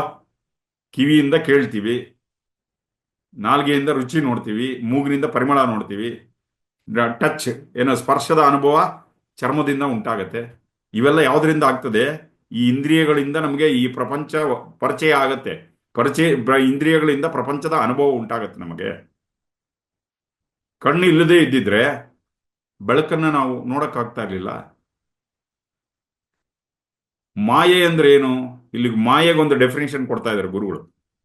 ಮಾಯೆ ಅಂದ್ರೆ ಯಾವುದನ್ನ ಮೀಯತೆ ಇತಿ ಮಾಯ, ಯಾವುದನ್ನ ನಾವು ಮೆಜರ್ ಮಾಡ್ಬೋದು ಅದು ಮಾಯ. ಯಾವುದು ಮೆಜರ್ಮೆಂಟ್ಗೆ ಸಿಗಲ್ಲ ಅದು ಮಾಯೆ ಅಲ್ಲ. ಅರ್ಥ ಆಗ್ತಾ ಇದೆಯಲ್ಲ? ಅದನ್ನ ಹೇಳ್ಕೊಂಡು ಹೋಗ್ತಾ ಇದ್ದಾರೆ ಗುರುಗಳು. ಕಣ್ಣುಗಳಿಲ್ಲ ಅಂದ್ರೆ ಬೆಳಕನ್ನು ನೋಡಕ್ಕಾಗೋದಿಲ್ಲ, ಕಿವಿಗಳಿಲ್ಲ ಅಂದ್ರೆ ಶಬ್ದದ ತೀವ್ರತೆ ಅರ್ಥ ಆಗೋದಿಲ್ಲ. ಈ ಪ್ರತಿಯೊಂದು ವಿಶ್ವ ಕೂಡ, ಪ್ರತಿಯೊಂದು ಇಂದ್ರಿಯ ಕೂಡ ಈ ಪ್ರಪಂಚದ ಬಗ್ಗೆ ನಮಗೆ ಮಾಹಿತಿಯನ್ನು ಕೊಡ್ತಾ ಇದೆ. ಎಷ್ಟು ದೂರ ನೋಡ್ಬೋದು? ಅರ್ಧ ಕಿಲೋಮೀಟರ್ ನೋಡ್ಬೋದು. ಅಂದ್ರೆ ಅಲ್ಲೊಂದು ಮೆಜರ್ಮೆಂಟ್ ಇದೆ. ಎಷ್ಟು ಸೌಂಡ್, ಇಷ್ಟು ಡೆಸಿಬಲ್ಸ್ ಅಂತಿದೆ ಸೌಂಡ್ ಮೆಜರ್ಮೆಂಟ್. ಅದು ಕೂಡ you can measure the sound. ಎಷ್ಟು ತಿನ್ಬೋದು? 1 ಗುಲಾಬ್ ಜಾಮೂನು, 2 ಗುಲಾಬ್ ಜಾಮೂನು, ಅದರಲ್ಲೂ ಮೆಜರ್ಮೆಂಟ್ ಇದೆ. ಎಷ್ಟೊತ್ತು ಸ್ಪರ್ಶ? ಸ್ವಲ್ಪ ಹೊತ್ತು ಅಷ್ಟೇ. ಅದು ಕೂಡ. ಅದಕ್ಕೆ ವಿಶ್ವವನ್ನ ಮಾಯೆ ಅಂತ ಕರೀತಾರೆ. ಯಾವುದು ದಟ್ ವಿಚ್ ಈಸ್ ಮೆಜರಬಲ್, ಯಾವುದನ್ನ ಮಾಪನ ಮಾಡುವುದಕ್ಕೆ, ಅಳಿಯುವುದಕ್ಕಾಗ್ತದೋ ಇದನ್ನ ಮಾಯೆ ಅಂತಾರೆ. ಇವಾಗ ನೋಡಿ, ಒಂದೊಂದ್ಸರಿ ಸ್ವೀಟ್ ತಿಂತೀವಿ. ಸ್ವೀಟ್ ತಿಂದ್ಮೇಲೆ ಆಮೇಲೆ ಸಕ್ಕರೆ ಹಾಕಿರೋ ಕಾಫಿನೋ ಟೀನೋ ಕೊಡ್ತಾರೆ ಅನ್ಕೊಳ್ಳಿ. ಅದು ಕುಡಿದಾಗ ಏನೋ ಅದು ರುಚಿ ಬರೋದಿಲ್ಲ. ಯಾಕೇಳಿ? ಆ ಆಲ್ರೆಡಿ ಸ್ವೀಟ್ ಇದೆಯಲ್ಲ, ಅದರ ತೀವ್ರತೆ ಇನ್ನ ಬಾಯಲ್ಲಿ ಹಾಗೆ ಇರುತ್ತೆ, ನಾಲ್ಗೆಯಲ್ಲಿ ಹಾಗೆ ಉಳ್ಕೊಂಡ್ಬಿಡುತ್ತೆ. ಅದೇ ತರ ಏನು, ಕೆಲವು ಶಬ್ದಗಳು ನಮ್ಮ ಕಿವಿಗೆ ಕೇಳಿಸತ್ತೆ, ಕೆಲವು ಅದರ ಲಿಮಿಟ್ ಒಂದಿದೆ, ಅದು ಕೇಳಿಸತ್ತೆ, ಅದರಿಂದ ಆಚೆ ಕೇಳಿಸೋದಿಲ್ಲ. ಕೆಲವು ಪ್ರಾಣಿಗಳಿಗೆ ಕೆಲವು ಶಬ್ದಗಳು ಕೇಳಿಸುತ್ತೆ, ನಮಗೆಲ್ಲ ಶಬ್ದಗಳು ಕೇಳಿಸೋದಿಲ್ಲ. ಕೆಲವು ಹಕ್ಕಿಗಳಿಗೆ ಕೆಲವು ಶಬ್ದಗಳು ಕೇಳಿಸುತ್ತೆ, ನಮಗೆ ಆ ಕೆಪಾಸಿಟಿ ಇರೋದಿಲ್ಲ. ನಮಗೆ ಆದ್ರೆ ಒಂದು ಒಂದು ಕೆಪಾಸಿಟಿಗೆ ನಮಗೆಲ್ಲ ಕೇಳಿಸುತ್ತೆ, ಇದಕ್ಕೆ ತನ್ಮಾತ್ರ ಅಂತ ಕರೀತಾರೆ. ಅದೇ ರೀತಿ ಬೆಳಕು, ಬೆಳಕಿದ್ರೆ ಇದು ನಾವು ಏನ್ ನೋಡ್ತೀವಲ್ಲ ದೃಶ್ಯ, ಬೆಳಕಿದ್ರೆ ಎಲ್ಲವನ್ನೂ ನೋಡ್ತಾ ಇರ್ತೀವಿ. ರಾತ್ರಿ ಹೊತ್ತು ನಮಗೆ ಕಾಣಿಸೋದಿಲ್ಲ, ನಾಯಿಗಳಿಗೆ ಕಾಣಿಸುತ್ತೆ ನಮಗಿನ್ನ ಚೆನ್ನಾಗಿ, ಅದಕ್ಕಿನ್ನ ಚೆನ್ನಾಗಿ ಬೆಕ್ಕುಗಳಿಗೆ ಕಾಣಿಸುತ್ತೆ. ಬೆಕ್ಕುಗಳಿಗೆ ಕಾಣಿಸದೇ ಇರೋದು ಗೂಬೆಗಳಿಗೆ ಕಾಣಿಸುತ್ತೆ ಅಂತ ಹೇಳ್ತಾರೆ. ಅದೇ ರೀತಿ ನಾಲ್ಗೆಗೆ ಕೆಲವು ರುಚಿಗಳು ಮಾತ್ರ ಗೊತ್ತಾಗ್ತದೆ, ಕೆಲವು ರುಚಿಗಳು ಅದಕ್ಕೆ ಅದಕ್ಕೆ ಆಸ್ವಾದನೆ ಮಾಡಕ್ ಆಗೋದಿಲ್ಲ ಅಂತ ಹೇಳ್ತಾರೆ ಗುರುಗಳು. ಒಂದು ಕೆಪಾಸಿಟಿವರೆಗೂ ಅರ್ಥ ಆಗ್ತಾ ಇದೆಯಲ್ಲ. ಸೊ ಇದು ಮಾಯಾ ಮಾತ್ರ ಮಿದಂ ವಿಶ್ವಂ. ಈ ಪ್ರಪಂಚ ಏನು, ಮಾಯೆಯಿಂದ ಇದು ಕೂಡಿದೆ ಈ ಪ್ರಪಂಚ. ಬಟ್ ಇದ್ರ ಬಗ್ಗೆ ಎಲ್ಲ ಅರಿವಿರುತ್ತೆ ಜ್ಞಾನಿಗಳಿಗೆ. ಅವ್ರಿಗೆ ಹೊರಗಡೆ ಪ್ರಪಂಚ ಎಲ್ಲ ಅರಿವಿರುತ್ತೆ, ಹಾಗೆ ತಮ್ಮ ಒಳಗಿನ ಚೈತನ್ಯ ಕೂಡ ಅವ್ರಿಗೆ ಅದ್ರ ಬಗ್ಗೆ ಅರಿವಿರುತ್ತೆ. ಅವ್ರಿಗೆ ಯಾವುದೇ ರೀತಿ ಕುತೂಹಲ ಇರೋದಿಲ್ಲ, ಇದೇನು ಇದೇನು ಇದೇನು ಅಂತ. ಬಿಕಾಸ್ ಅವ್ರಿಗೆಲ್ಲ ಗೊತ್ತಿರುತ್ತೆ. ಅವ್ರಿಗೆ ಜ್ಞಾನಿಗಳಿಗೆ ವಿಗತ ಕೌತುಕ. ಅದಕ್ಕೆ ಹೇಳ್ತಾರೆ, ನಮ್ಮಲ್ಲಿ ಕುತೂಹಲ ಅನ್ನೋದು ಹೇಳದೇ ಇದ್ರೆ ನಾವು ಜಡವಾಗಿರ್ತೀವಿ. ನಾವು ಮತ್ತೆ ಕುತೂಹಲದಿಂದ ಆಶ್ಚರ್ಯದ ಕಡೆಗೆ ಹೋಗ್ಬೇಕು ನಾವು. ಇದೇನು ಇದೇನು ಅಂತ ಪ್ರಶ್ನೆ ಮಾಡುವಂಥದ್ದು ಇದೆಯಲ್ಲ ಕುತೂಹಲ, ಅದರಿಂದ ಆಶ್ಚರ್ಯದ ಕಡೆಗೆ ಹೋಗ್ಬೇಕು.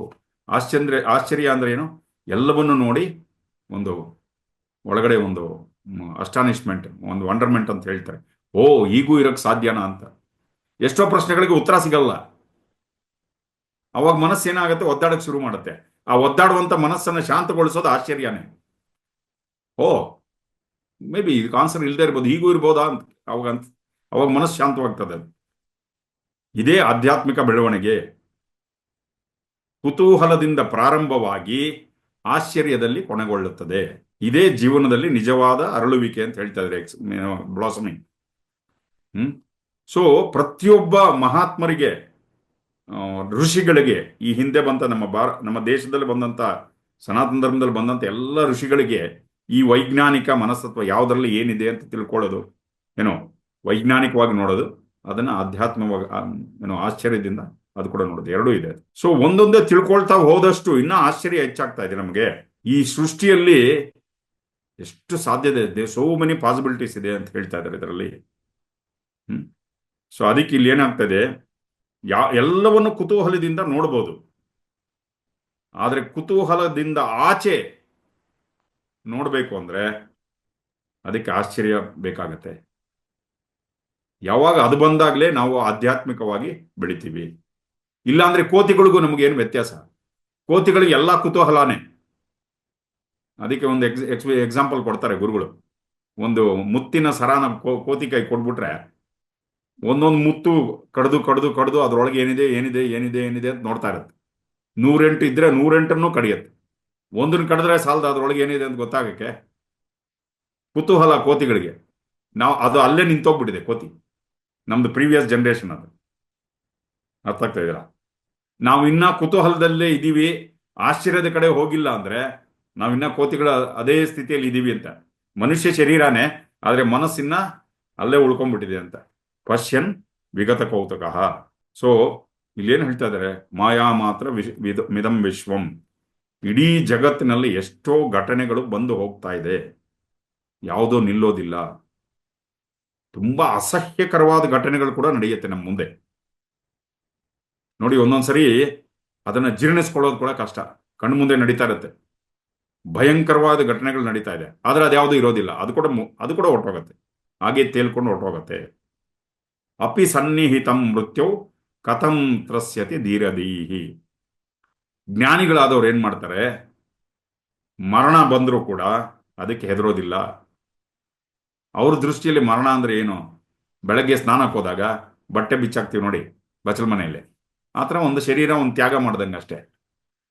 ಯಾಕಂದ್ರೆ ದೇಹಾಭಿಮಾನ ಇಲ್ವಲ್ಲ ಅಲ್ಲಿ. ಪೂರ್ತಿ ಚೈತನ್ಯ ಸ್ವರೂಪರಾಗ್ಬಿಟ್ಟಿರ್ತಾರೆ ಅವರು.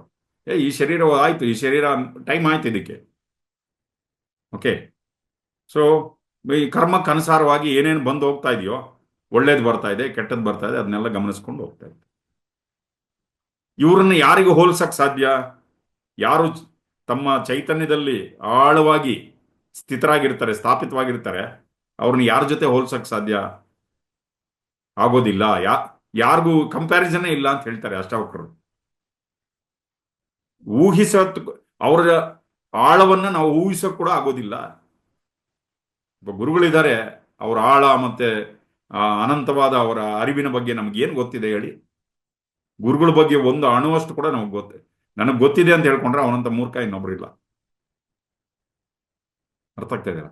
ಅನಂತವಾದ ಆ ಶಕ್ತಿಯನ್ನ ಒಳಗಡೆ ಇಟ್ಕೊಂಡು ಬಂದಿರುವಂತಹ ಒಂದು ಒಂದು ಪರಮಾತ್ಮ. ಅದ್ರ ಬಗ್ಗೆ ಆಶ್ಚರ್ಯ ಪಡಬಹುದು ಅಷ್ಟೇ. Only you can wonder about that. ಏನೋ ದ ಎನ್ಲೈಟನ್ ಮಾಸ್ಟರ್ ಅದು ಹೇಳ್ತಾ ಇದ್ದಾರೆ. ಯಾಕಂದ್ರೆ ಅಲ್ಲಿ ಅನಂತವಾದ ಅರಿವಿದೆ, ಮತ್ತೆ ತೀವ್ರವಾದ ಏಕಾಗ್ರತೆ ಇದೆ ಅಲ್ಲಿ. ಈ ನಾವೇನೇ ಹೇಳಿದ್ರು ಎರಡನೇ ಸರಿ ಹೇಳಬೇಕಾಗಿಲ್ಲ. ಒಂದ್ಸರಿ ಹೇಳಿದ್ರೆ ಸಾಕು, ಸ್ವಲ್ಪ ಹೇಳಿದ್ರು ಸಾಕು. ಇಷ್ಟು ತೋರಿಸಿದ್ರೆ ಟಕ್ಕಂತ ಗೊತ್ತಾಗ್ಬಿಡುತ್ತೆ ಅವ್ರಿಗೆ. ಅತಿ ಸಣ್ಣ ಸಣ್ಣ ವಿಷಯಗಳಿಂದ ಹಿಡಿದು ದೊಡ್ಡ ವಿಷಯದವರೆಗೂ ಅಷ್ಟೇ 100%, 100ಕ್ಕೆ 100% ಅಲ್ವಾ? ಇದು ನಮ್ಮ ಅನುಭವ ಇದು. ಮತ್ತೆ ಸಣ್ಣ ಮಕ್ಕಳ ತರ ಒಂದು ಚಾಕ್ಲೇಟ್ ಕೊಟ್ಟರು ಆನಂದವಾಗಿ ಅನುಭವಿಸ್ತಾ ಇರ್ತಾರೆ. ಎಷ್ಟು ಈ ಕ್ಷಣದಲ್ಲಿ ಇರ್ತಾರೆ. ಸೊ ಅದೇ ರೀತಿ ಯಾವುದೇ ಬೈಕೆಗಳು ಇರೋದಿಲ್ಲ. ಅದು ಗುರುಗಳು ಅದೇ ಹೇಳ್ತಾರೆ, ಫಾರ್ ಎನ್ ಎನ್ಲೈಟನ್ ಪರ್ಸನ್ ಏನು ಬೇಕಾಗಿಲ್ಲ ಅವರಿಗೆ. ಐ ಡೋಂಟ್ ವಾಂಟ್ ಎನಿಥಿಂಗ್, ನನಗೇನು ಬೇಕಾಗಿಲ್ಲ, ನಾನು ಇರೋದೇ ನಿಮ್ಗೋಸ್ಕರ ಅಂತ.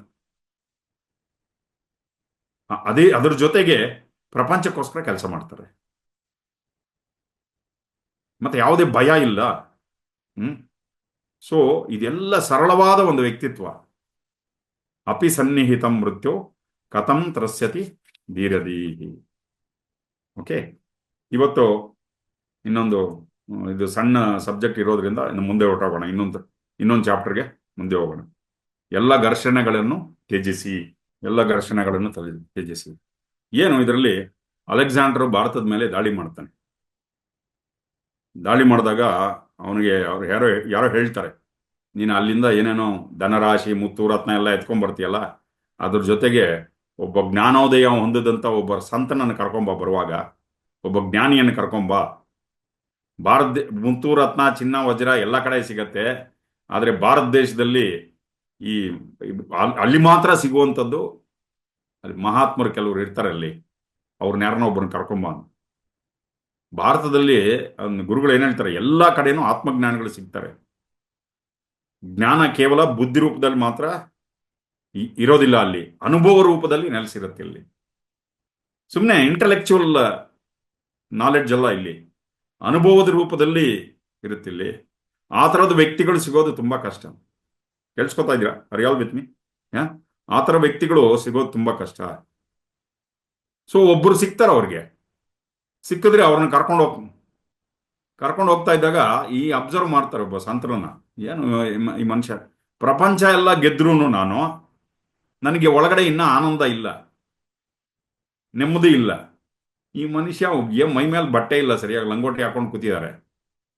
ಅರ್ಥ ಆಗ್ತಾ ಇದೆಯಲ್ಲ? ಎಷ್ಟು ಆನಂದವಾಗಿದ್ದಾರೆ ನೋಡಕ್ಕೆ, ಎಷ್ಟು ವಿಶ್ವಾಸ ಇದೆ, ಆ ಕಣ್ಣಲ್ಲಿ ಒಂದು ಬೆಳಕಿದೆ. ಇದು ಅಲೆಕ್ಸಾಂಡರ್ಗೆ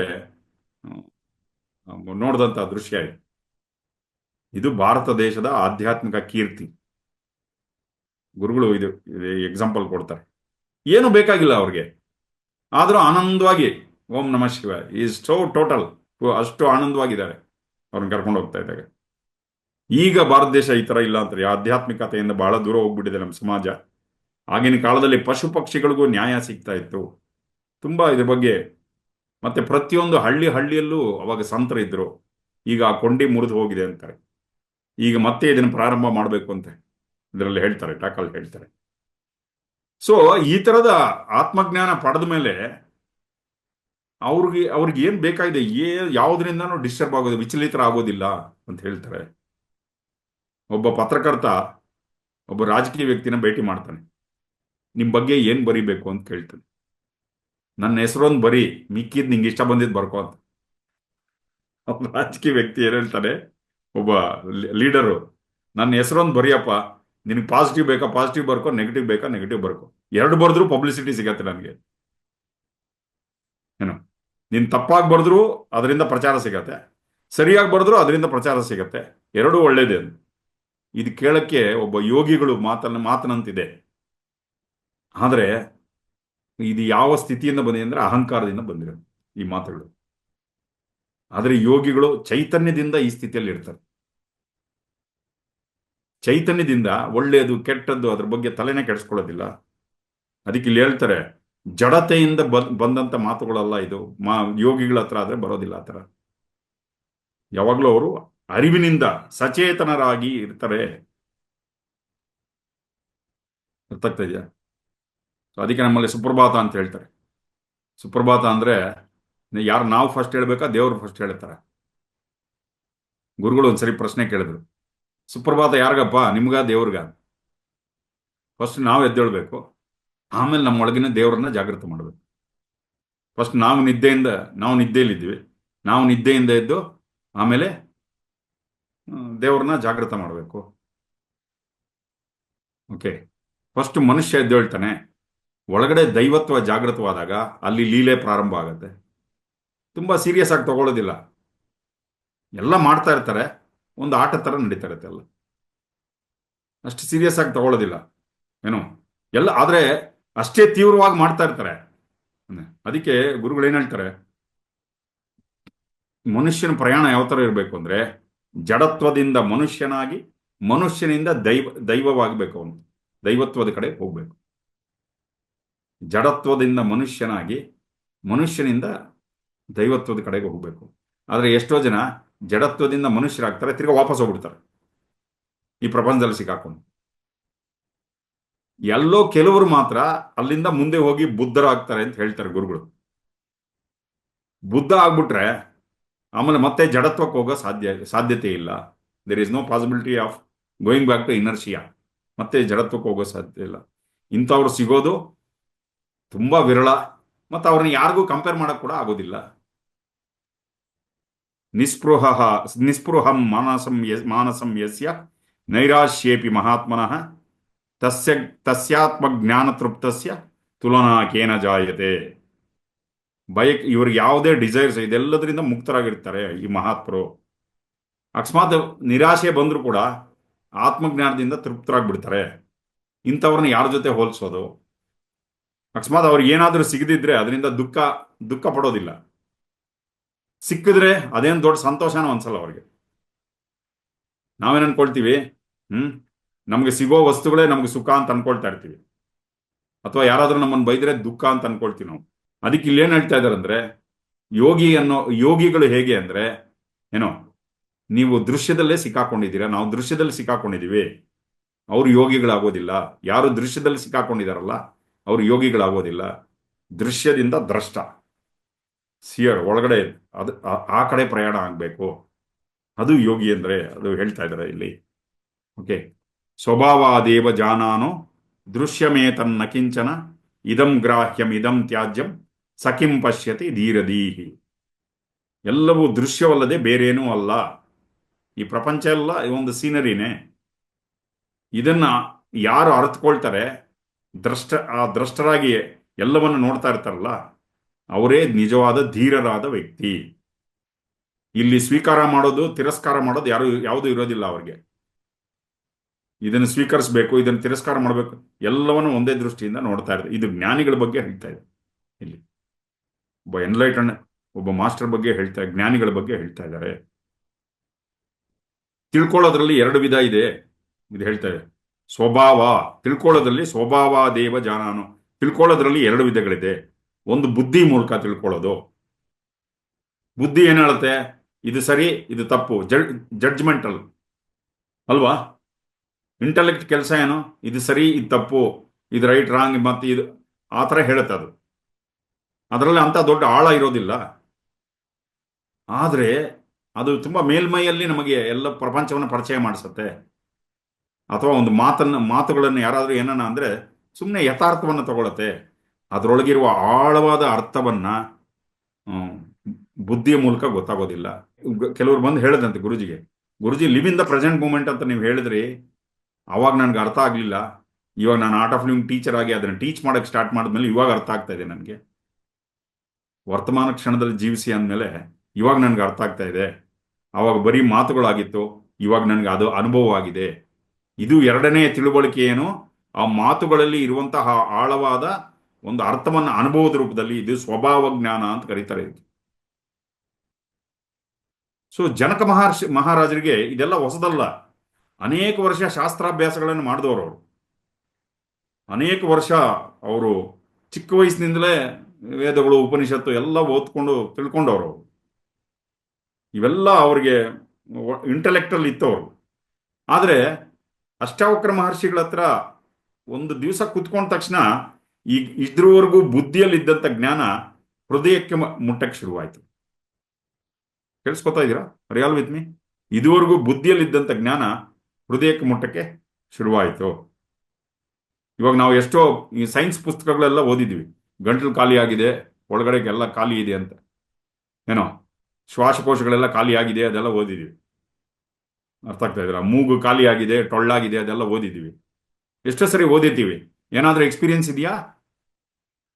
ಒಂದೇ ಒಂದು ಹಾಲೋ ಒಂದು ಎಂಟಿ ಮೆಡಿಟೇಷನ್, ಒಂದು ಧ್ಯಾನ. The experience is different. ಅದು ಬರೀ ಇನ್ಫಾರ್ಮೇಶನ್ ಕೊಟ್ಟಿದೆ, ಇದು ನಮಗೆ ಅನುಭವವನ್ನು ಕೊಟ್ಟಿದೆ. ಇದು ಸ್ವಭಾವ ಜ್ಞಾನ. ಇದು ದೃಶ್ಯಮೇತನ್ನ ಕಿಂಚನ. ಇದಕ್ಕೆ ಜ್ಞಾನಿಗಳು ಏನ್ ಮಾಡ್ತಾರೆ ಅಂದ್ರೆ ಎಲ್ಲವನ್ನ ದೃಶ್ಯದ ರೂಪದಲ್ಲಿ ನೋಡ್ತಾ ಇರ್ತಾರೆ. ಅದಕ್ಕೆ ಸೊ ಮುಂದೆ ಇದು ಸ್ವೀಕಾರ ಮಾಡಬೇಕು. ಯಾವುದೋ ತುಂಬಾ ಅದ್ಭುತವಾದ ಒಂದು ಪರಿಸ್ಥಿತಿ, ಇದನ್ನು ಸ್ವೀಕಾರ ಮಾಡಬೇಕು. ತುಂಬಾ ಅಸಹ್ಯವಾಗಿರೋದು, ಇದನ್ನು ತಿರಸ್ಕಾರ ಮಾಡಬೇಕು. ಆ ಥರ ಏನು ಇರೋದಿಲ್ಲ ಜ್ಞಾನಿಗಳ ಹತ್ರ. ಒಳ್ಳೇದು ಬಂದ್ರು ಕೆಟ್ಟದ್ದು ಬಂದ್ರು ಎಲ್ಲ ಸಮವಾಗಿ ಅದನ್ನ ಸಾಕ್ಷಿ ಭಾವದಿಂದ ನೋಡ್ಕೊಂಡು ಹೋಗ್ತಾ ಇರ್ತಾರೆ. ಒಳಗಡೆಯಿಂದ ಖಾಲಿ ಮತ್ತೆ ಟೊಳ್ಳಾಗಿ. ಅರ್ಥ ಆಗ್ತಾ ಇದ್ರೆ ಅದು ಅಂತಸ್ತತ್ವ ಕಷಾಯಸ್ಯ ನಿರ್ದ್ವಂದ್ವಸ್ಯ ನಿರಾಶಿಷಃ ಯದೃಚ್ಛೆಯಾಗತೋ ಭೋಗೋ ನ ದುಃಖಾಯ ನ ತುಷ್ಟಯೇ. ತಮ್ಮ ಆಂತರ್ಯದಿಂದ ಜಗತ್ತಿನ ಬಯಕೆಗಳನ್ನು ತ್ಯಜಿಸಿರುವಂತಹ ನಿರ್ದ್ವಂದ್ವರಾದ ಬಯಕೆಗಳಿಂದ ಮುಕ್ತರಾದ ಜ್ಞಾನಿಗಳು ಅವರಿಗೆ ಎದುರು ನೋಡದೆ ಬಂದ ಭೋಗಗಳನ್ನು ದುಃಖದ ಅಥವಾ ಸುಖದ ಕಾರಣವಾಗಿಯೂ ಪರಿಗಣಿಸೋದಿಲ್ಲ. ಏನು ಹೇಳ್ತಾರೆ? ಎಷ್ಟೋ ವಿಷಯ, ಇವಾಗ ಯಾರ ಜೊತೆನೋ ಬೇಜಾರಾಯ್ತಪ್ಪ, ಅವ್ರ ಜೊತೆ ಮಾತಾಡ್ಬಿಡ್ರಿ, ಬಿಟ್ಬಿಡ್ರಿ ಸಾಕು.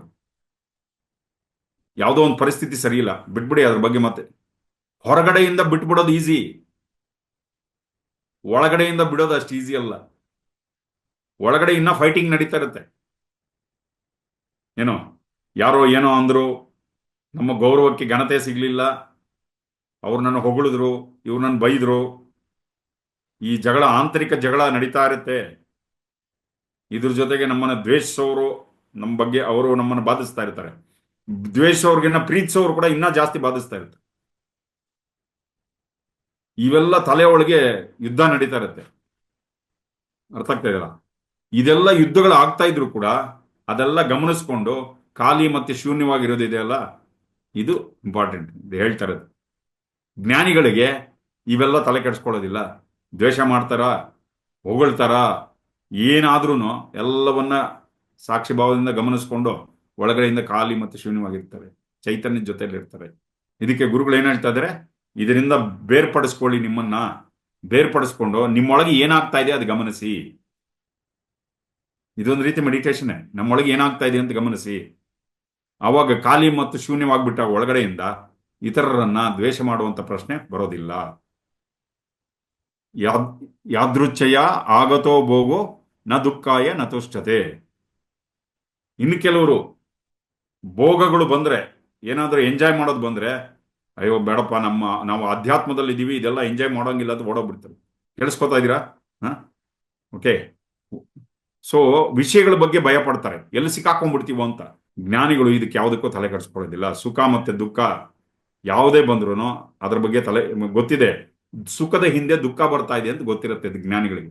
ಮತ್ತೆ ಅವೆಲ್ಲ ಹೇಗೆ ಬರುತ್ತೋ ಹಾಗೆ ಸ್ವೀಕಾರ ಮಾಡ್ತಾ ಇರ್ತಾರೆ. ಹಾಗೆ ಕೃತಜ್ಞತಾ ಭಾವನೆಯಿಂದ ಸ್ವೀಕಾರ ಮಾಡ್ತಾ ಇರ್ತಾರೆ. ಇನ್ನೊಂದು ಹೇಳ್ತಾರೆ ಗುರುಗಳು, ಏನು ಅಂದ್ರೆ, ನಾವೆಲ್ರಿಗೂ ಹೇಳ್ತೀವಿ ನಮ್ಮ ಆಶ್ರಮದೊಳಗೆ ಬಂದ್ರೆ ಒಂದು ನಿಯಮ ಇದೆ ಅಂತ. ಇಲ್ಲಿ ಬಂದ್ರೆ ನಿಮ್ಮ ದುಃಖಗಳನ್ನೆಲ್ಲ ಬಿಟ್ಬಿಟ್ಟು ಹೋಗ್ಬೇಕು, ದುಃಖ ತಗೊಂಡು ಹೋಗೋಂಗಿಲ್ಲ ಅಂತ ಹೇಳಿ ಅಲ್ವಾ. ಪ್ರತಿ ಅಡ್ವಾನ್ಸ್ ಕೋರ್ಸಲ್ಲೂ ಹೇಳ್ತಾರೆ ಇದನ್ನು. ಹೇಳಿದಾಗ ಒಬ್ರು ಒಬ್ಬಾಕೆ ಬಂದು ಗುರುಗಳನ್ನ ಕೇಳ್ತಾರೆ, ಗುರುಜಿ ನನ್ನ ಎಲ್ಲ ದುಃಖಗಳಿಗೆ ನಮ್ಮ ಅತ್ತೆಯವರೇ ಕಾರಣ, ಅವ್ರನ್ನ ಇಲ್ಲಿ ಬಿಟ್ಬಿಟ್ಟು ಹೋಗ್ಲಾ ಅಂತ ಕೇಳ್ತಾರೆ. ಏನು, ನಮ್ಮ ಎಲ್ಲ ದುಃಖಗಳಿಗೆ ನಮ್ಮ ಅತ್ತೆಯವರೇ ಕಾರಣ, ಅವ್ರನ್ನ ಇಲ್ಲಿ ಬಿಟ್ಬಿಟ್ಟು ಹೋಗಲ್ಲ ಅಂತ. ಅವ್ರಿಗೆ ಯಾರು ನಮ್ಮ ಗುರುಗಳನ್ನ ಕೇಳ್ತಾರೆ? ಗುರುಗಳು ಅದಕ್ಕೆ ಕೇಳ್ತಾರೆ, ಸ್ವಲ್ಪ ಇರಮ್ಮ, ನಿಮ್ಮ ಅತ್ತೆಯವ್ರನ್ನ ಕೂಡ ಸ್ವಲ್ಪ ಕೇಳ್ಬಿಡೋಣ, ಅವರೇನಾದ್ರೂ ನನ್ನ ಸೊಸೆನೇ ಕಾರಣ ಅಂದ್ರೆ, ಮತ್ತೆ ನಮ್ಮ ಸೊಸೆನ ಇಲ್ಲೇ ಬಿಟ್ಬಿಟ್ಟು ಹೋಗಿ ಅಂದ್ರೆ ಏನ್ ಮಾಡೋದು? ಇಲ್ಲೇ ಬಿಟ್ಬಿಟ್ಟು ಹೋಗ್ತೀನಿ ಅಂದ್ರೆ ಅರ್ಥ ಆಗ್ತಾ ಇದೆಯಲ್ಲ. ಸೊ ಅದಕ್ಕೆ ಗುರುಗಳು ಏನ್ ಹೇಳ್ತಾರೆ, ಇತರರನ್ನ ನಮ್ಮ ದುಃಖದ ಕಾರಣವಾಗಿ ಪರಿಗಣಿಸಿದ್ರೆ ಅದು ಡಬಲ್ ಆಗ್ತಾ ಹೋಗ್ತಾ ಇರುತ್ತೆ, ಗುಣಾಕಾರ ಆಗ್ತಾ ಹೋಗ್ತದೆ. ಕಷ್ಟಸ್ಯ ಸುಖಸ್ಯ ನ ಕೋಪಿ ದಾತ. ಕಷ್ಟ ಮತ್ತೆ ಸುಖ ಯಾರು ಬೇರೆಯವ್ರು ಕೊಟ್ಟಿದ್ದಲ್ಲ, ನಮ್ಮ ಮನಸ್ಸೇ ನಮಗೆ ಅದು ಉಂಟು ಮಾಡಿರೋದು.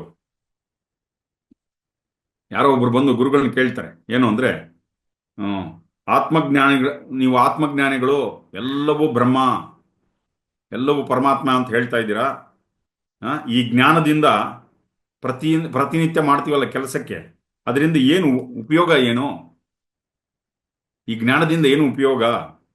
ಅದಕ್ಕೆ ಗುರುಗಳು ಹೇಳ್ತಾರೆ, ಬಹಳಷ್ಟು ಉಪಯೋಗಗಳಿದೆ. ಯಾವಾಗ ನೀವು ಶಾಂತರಾದಾಗ, ಒಳಗಡೆಯಿಂದ ತೃಪ್ತಿ ಉಂಟಾದಾಗ, ನಮ್ಮಲ್ಲಿ ಒಂದು ರೀತಿಯ ಆತ್ಮಬಲ ಬರ್ತದೆ. ಆತ್ಮಬಲ ಬರುತ್ತೆ, ಎಲ್ಲ ಪರಿಸ್ಥಿತಿಗಳನ್ನ ಎದುರಿಸುವಂತ ಶಕ್ತಿ ಬರುತ್ತೆ. ಮತ್ತೆ ಈ ಜ್ಞಾನ ಈ ಪ್ರಪಂಚದಲ್ಲಿ ಮತ್ತೆ ಬೇರೆ ಲೋಕದಲ್ಲೂ ಕೂಡ ಉಪಯೋಗಕ್ಕೆ ಬರುತ್ತೆ ಅಂತ ಹೇಳ್ತಾ ಇದ್ದಾರೆ. ಮುಂದಿನ ಶ್ಲೋಕ, ಹಂತಾತ್ಮಜ್ಞಸ್ಯ ಧೀರಸ್ಯ ಖೇಲತೋ ಭೋಗಲೀಲಯ ನಹಿ ಸಂಸಾರ ವಾಹಿಕೈರ್ ಮೂಡೈ ಸಹ ಸಮಾನತ. ಧೀರರಾದವರು ಅಂದ್ರೆ ಜ್ಞಾನಿಗಳು, ಇವ್ರನ್ನ ಜ್ಞಾನಿಗಳನ್ನ ಧೀರರು ಅಂತ ಕೂಡ ಕರೀತಾ ಇದ್ದಾರೆ ಅಷ್ಟಾವಕ್ರ ಮಹರ್ಷಿಗಳು. ಇವರು ಜನಕ ಮಹಾರಾಜರು ಎಲ್ಲಾ ರಾಜಭೋಗಗಳನ್ನ ಅನುಭವಿಸ್ತಾ ಇದ್ರು ಇವೆಲ್ಲವನ್ನ ಲೀಲೆ ರೀತಿಯಲ್ಲಿ ನೋಡ್ತಾ ಇರ್ತಾರೆ. ಇಂತಹ ಆತ್ಮವನ್ನು ತಿಳಿದಿರುವವರನ್ನ ಧೀರರು ಅಂತ ಕರೀತಾರೆ. ಇವರನ್ನ ಸಂಸಾರದಲ್ಲಿ ಮುಳುಗೋಗಿದಾರಲ್ಲ, ಅವ್ರ ಜೊತೆ ನಾವು ಸಮಾನವಾಗಿ ಕಾಣಕ್ಕೆ ಸಾಧ್ಯವಿಲ್ಲ. ಓಕೆ, ನೋಡೋಣ ಏನು ಹೇಳ್ತಾರೆ ಅಂತ. ಇಲ್ಲಿ ಏನ್ ಹೇಳ್ತಾರೆ, ಜ್ಞಾನೋದಯ ಹೊಂದಿದವ್ರಿಗೂ, ಎನ್ಲೈಟನ್ಮೆಂಟ್ ಅಂಡ್ ಅನ್ಎನ್ಲೈಟನ್ಮೆಂಟ್, ಜ್ಞಾನೋದಯ ಹೊಂದಿದವ್ರಿಗೂ ಜ್ಞಾನೋದಯ ಹೊಂದದೇ ಇರುವವ್ರಿಗೂ ಏನು ವ್ಯತ್ಯಾಸ ಅಂತ. ಒಂದು ಆಟ ಮತ್ತೆ ಯುದ್ಧಕ್ಕೆ ಏನು ಯಾವ ರೀತಿ ಡಿಫರೆನ್ಸ್ ಇದೆ, ಆ ರೀತಿಯಾಗಿ ಯುದ್ಧ ಮತ್ತೆ ಆಟ ಎರಡೂ ಒಂದೇ ತರ ಕಾಣಿಸುತ್ತೆ. ಇವಾಗ ಒಂದು ಆಟ ಆಡ್ತಾ ಇದ್ದಾರೆ, ಯಾವುದು ಬಾಕ್ಸಿಂಗ್ ನಡೀತಾ ಇದೆ, ಬಾಕ್ಸಿಂಗ್ ಕೂಡ ಯುದ್ಧ ತರಾನೇ ನಡೆಯುತ್ತೆ. ಅದೊಂಥರ ಶೋ, ಒಂದು ಗೇಮ್ ತರ. ಅಲ್ಲಿ ಯುದ್ಧ ಆದ್ರೆ ಒಬ್ಬರನ್ನೊಬ್ರು ಹೊಡ್ಕೊಳ್ತಾ ಇರ್ತಾರೆ. ಬಟ್ ಯುದ್ಧದಲ್ಲೂ ಕೂಡ ಅದೇ ತರ ಆಗತ್ತೆ. ಏನ್ ವ್ಯತ್ಯಾಸ ಇಲ್ಲಿ?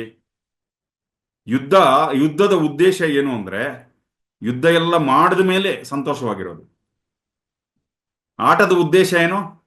ಸಂತೋಷದ ಒಂದು ಎಕ್ಸ್ಪ್ರೆಷನ್ ಅದು. ಅಲ್ಲಿ ನಾನು ಗೆಲ್ಬೇಕು, ಸೋಲ್ಬೇಕು, ಗೆದ್ರೆ ಶತ್ರು ಮಿತ್ರ ಆತರ ಏನಿರಲ್ಲ ಆಟದಲ್ಲಿ. ಯುದ್ಧದಲ್ಲಿ ಶತ್ರು ಮಿತ್ರ ಅಂತಿರುತ್ತೆ. ಸೊ ಇದು ಹೇಳ್ಕೊಂಡ್ಬರ್ತಾರೆ. ಒಬ್ಬ ಜ್ಞಾನಿಗೂ ಒಬ್ಬ ಸಂಸಾರದಲ್ಲಿ ಮುಳುಗೋಗಿರೋನು ಈ ತರ. ಜ್ಞಾನಿ ಎಲ್ಲವನ್ನ ಆಟದ ರೀತಿಯಲ್ಲಿ ನೋಡ್ತಾರೆ. ಒಬ್ಬ ಮಾಮೂಲಿ ವ್ಯಕ್ತಿ ಪ್ರತಿಯೊಂದರ ಜೊತೆ ಯುದ್ಧದ ರೀತಿಯಲ್ಲಿ ಮನಸ್ಸಿನ ಜೊತೆ ಯುದ್ಧ ಮಾಡ್ತಾ ಇರ್ತಾನೆ. ಪ್ರತಿಯೊಬ್ಬ ವ್ಯಕ್ತಿಯ ಜೊತೆಯಲ್ಲೂ ಅದೇ ತರ ಇರ್ತದೆ. ಸೊ ಇದು ಹೇಳ್ಕೊಂಡ್ಬರ್ತಾರೆ.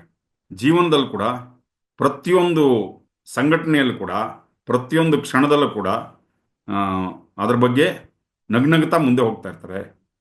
ಅದನ್ನ ಅಲ್ಲೇ ಬಿಟ್ಬಿಟ್ಟು ಮುಂದೆ ಹೋಗ್ಬೇಕು, ಅಥವಾ ಅದನ್ನ ತಲೆ ಮೇಲೆ ತಗೊಬಹುದು. ಎರಡು ಆಪ್ಷನ್ಸು ಇದೆ. ಒಬ್ಬ ಜ್ಞಾನಿ ಯಾವ ತರ ಇರ್ತಾರೆ, ನಗ್ನಗ್ತಾ ಮುಂದೆ ಹೋಗ್ತಾ ಇರ್ತಾರೆ. ಪ್ರತಿ ಯಾವ ಕ್ಷಣ ಹೇಗೆ ಬರುತ್ತೋ ಅದನ್ನ ಹಾಗೆ ತಗೊಂಡು ಹೋಗ್ತಾ ಇರ್ತಾರೆ. ಆದ್ರೆ ಇನ್ನೊಂದು ಆಪ್ಷನ್ ಇದೆ, ಏನು, ಅದನ್ನ ಪೂರ್ತಿ ಒಂದು ಕಲ್ಲು ತರ ತಲೆ ಮೇಲೆ ಇಟ್ಕೊಂಡು ಅದ್ರ ಬಗ್ಗೆ ಒದ್ದಾಡ್ಕೊಂಡು ಅದ್ರ ಬಗ್ಗೆ ಏನೇನೋ ಆಲೋಚನೆಗಳು ಮಾಡಿಕೊಂಡು, ಎಲ್ಲ ನನ್ನನ್ನು ದ್ವೇಷ ಮಾಡ್ತಾ ಇದ್ದಾರೆ, ಎಲ್ಲರೂ ನನ್ನ ಇಷ್ಟಪಡೋದಿಲ್ಲ, ನಾನು ಈ ಪ್ರಪಂಚದಲ್ಲಿ ಇರಕ್ಕೆ ಲಾಯಕ್ಕಿಲ್ಲ, ಈ ತರ ತಲೆಯಲ್ಲೆಲ್ಲ ನೆಗೆಟಿವಿಟಿ ತುಂಬಿಕೊಂಡು ಹೋಗೋದು. ಮತ್ತೆ ಸಿಕ್ಕಾಕೊಂಡ್ಬಿಡೋದು. ಪರಿಸ್ಥಿತಿಗಳಲ್ಲಿ ಸಿಕ್ಕಾಕೊಂಡ್ಬಿಡೋದು. ಇದು ಒಬ್ಬ ಜ್ಞಾನಿಗೂ ಮತ್ತೆ ಒಬ್ಬ ಸಂಸಾರದಲ್ಲಿ ಸಿಕ್ಕಾಕೊಂಡಂತ ವ್ಯಕ್ತಿಗೂ ಇದು ವ್ಯತ್ಯಾಸ. ಈ ಜ್ಞಾನ ನೀಡ್ತಾ ಇದ್ದಂಗೆನೆ ಅಷ್ಟಾವಕ್ರರು ಜನಕರಿಗೆ ಓ ಅವರು ಅಹೋ ಅಹೋ ಅಂತ ಉದ್ಗಾರ ಮಾಡಕ್ಕೆ ಶುರು ಮಾಡಿದ್ರು. ಜನಕ ಮಹಾರಾಜರಂತ ಶಿಷ್ಯರು ಸಿಗೋದು ತುಂಬಾ ಕಷ್ಟ ಅಂತ ಹೇಳ್ತಾ ಇದ್ರು. ಯಾಕೆಂದ್ರೆ ಅಷ್ಟಾವಕ್ರ ಮಹರ್ಷಿಗಳು ಈ ಜ್ಞಾನವನ್ನು ಕೊಡ್ತಾ ಇದ್ರೆ ಒಂದೇ ಒಂದು ಪ್ರಶ್ನೆನೂ ಕೇಳಲಿಲ್ಲ ಇದುವರೆಗೂ. ಇಂಥ ಅಮೂಲ್ಯವಾದ ಅಂದ್ರೆ ಪ್ರಶ್ನೆ ಕೇಳಲಿಲ್ಲ ಅಂದ್ರೆ ಅವರು ಇದು ಅಂತಾರ. ಬಟ್ ಇಲ್ಲಿ ಆತರ ಹೇಳ್ತಾ ಇದ್ದಾರೆ. ಈ ತರದ ಶಿಷ್ಯ ಸಿಗಬೇಕು ಅಂದ್ರೆ ಅಷ್ಟಾವಕ್ರ ಮಹರ್ಷಿಗಳು ಬಹಳ ಅದೃಷ್ಟವಂತರು. ಅಷ್ಟಾವಕ್ರ ಮಹರ್ಷಿಗಳು ಪೂರ್ತಿ ಜ್ಞಾನ ಕೊಡ್ತಾ ಇಲ್ಲ, ಸ್ವಲ್ಪ ಸ್ವಲ್ಪ ಕೊಡ್ತಾ ಇದ್ದಾರೆ. ಒಂದು ವಾಕ್ಯ ಹೇಳಿ ನೋಡ್ತಾರೆ ಜನಕ ಮಹಾರಾಜರಲ್ಲಿ ಏನು ವ್ಯತ್ಯಾಸ ಆಗ್ತಾ ಇದೆ. ಒಂದು ಪ್ಯಾರಾಗ್ರಾಫ್ ಒಂದೆರಡು ಶ್ಲೋಕ ಹೇಳ್ತಾರೆ, ಇವರಲ್ಲಿ ಏನು ವ್ಯತ್ಯಾಸ ಆಗ್ತಾ ಇದೆ ಅಂತ ನೋಡ್ತಾ ಇದ್ದಾರೆ. ಅಷ್ಟಾವಕ್ರರು ಹೇಳಿದ್ದೇ ಹೇಳ್ತಾ ಇಲ್ಲ ಜನಕರು. ಅವ್ರು ಹೇಳಿದ ಒಂದು ಶ್ಲೋಕ ಹೇಳಿದ ತಕ್ಷಣ ಇವರು ತಮ್ಮ ಅನುಭವದಿಂದ ಅದಕ್ಕೆ ಹೀಗಾಗ್ತಾ ಇದೆ. ಎಲ್ಲ ಭೋಗಗಳನ್ನು ದೀರ್ಘ ಅನುಭವಿಸ್ತಾ ಇದ್ರು ಸಹ ಯಾವ ಸಂಘಟನೆಗಳು ಅವ್ರನ್ನ ಮುಟ್ಟೋದಿಲ್ಲ, ಅದರಿಂದ ಕಳಂಕಿತರಾಗುವುದಿಲ್ಲ ಅಂತ ಹೇಳ್ತಾ ಇದ್ದಾರೆ. ಧೀರ ಅಂತ ಯಾರನ್ನು ಕರೀತಾ ಇದ್ದಾರೆ ಜನಕ ಮಹಾರಾಜರು ಅಂದ್ರೆ ಈ ಆತ್ಮವನ್ನು ತಿಳಿದವನೇ ಧೀರನಾದ ವ್ಯಕ್ತಿ. ಎಷ್ಟು ಆನಂದವಾದ ಒಂದು ವಿಷಯ ಅವ್ರ ಕೈ ಕೊಟ್ರು ಅದು ಕೂಡ ಬಿಟ್ಬಿಡ್ತಾರೆ. ಅವರಲ್ಲಿ ಅಷ್ಟು ವೈರಾಗ್ಯ ಬಿಟ್ಟು ಹೋಗ್ತಾ ಇರ್ತಾರೆ. ಅವ್ರು ಹೇಳ್ತಾರೆ ಇದನ್ನು ಬಿಟ್ಬಿಟ್ರೆ ಈ ಪ್ರಪಂಚನೇ ನನ್ನ ಕೈಯಲ್ಲಿ ಸಿಗೋದಿದೆ, ಅದ್ರ ಬಗ್ಗೆ ತಲೆನೇ ಕೆಡಿಸ್ಕೊಳ್ಳೋದಿಲ್ಲ. ಅರಮನೆಯಲ್ಲಿ ಇದ್ದುಕೊಂಡು ಎಲ್ಲ ಆಕರ್ಷಣೆಗಳ ಮಧ್ಯದಲ್ಲಿ ಯಾವುದೇ ರೀತಿ ಬಾಧಿತರಾಗದೆ ಆತ್ಮಜ್ಞಾನದಲ್ಲಿ ಮುಳುಗುವುದರ ಬಗ್ಗೆ ಜನಕ ಮಹಾರಾಜರು ಹೇಳ್ತಾ ಇದ್ದಾರೆ.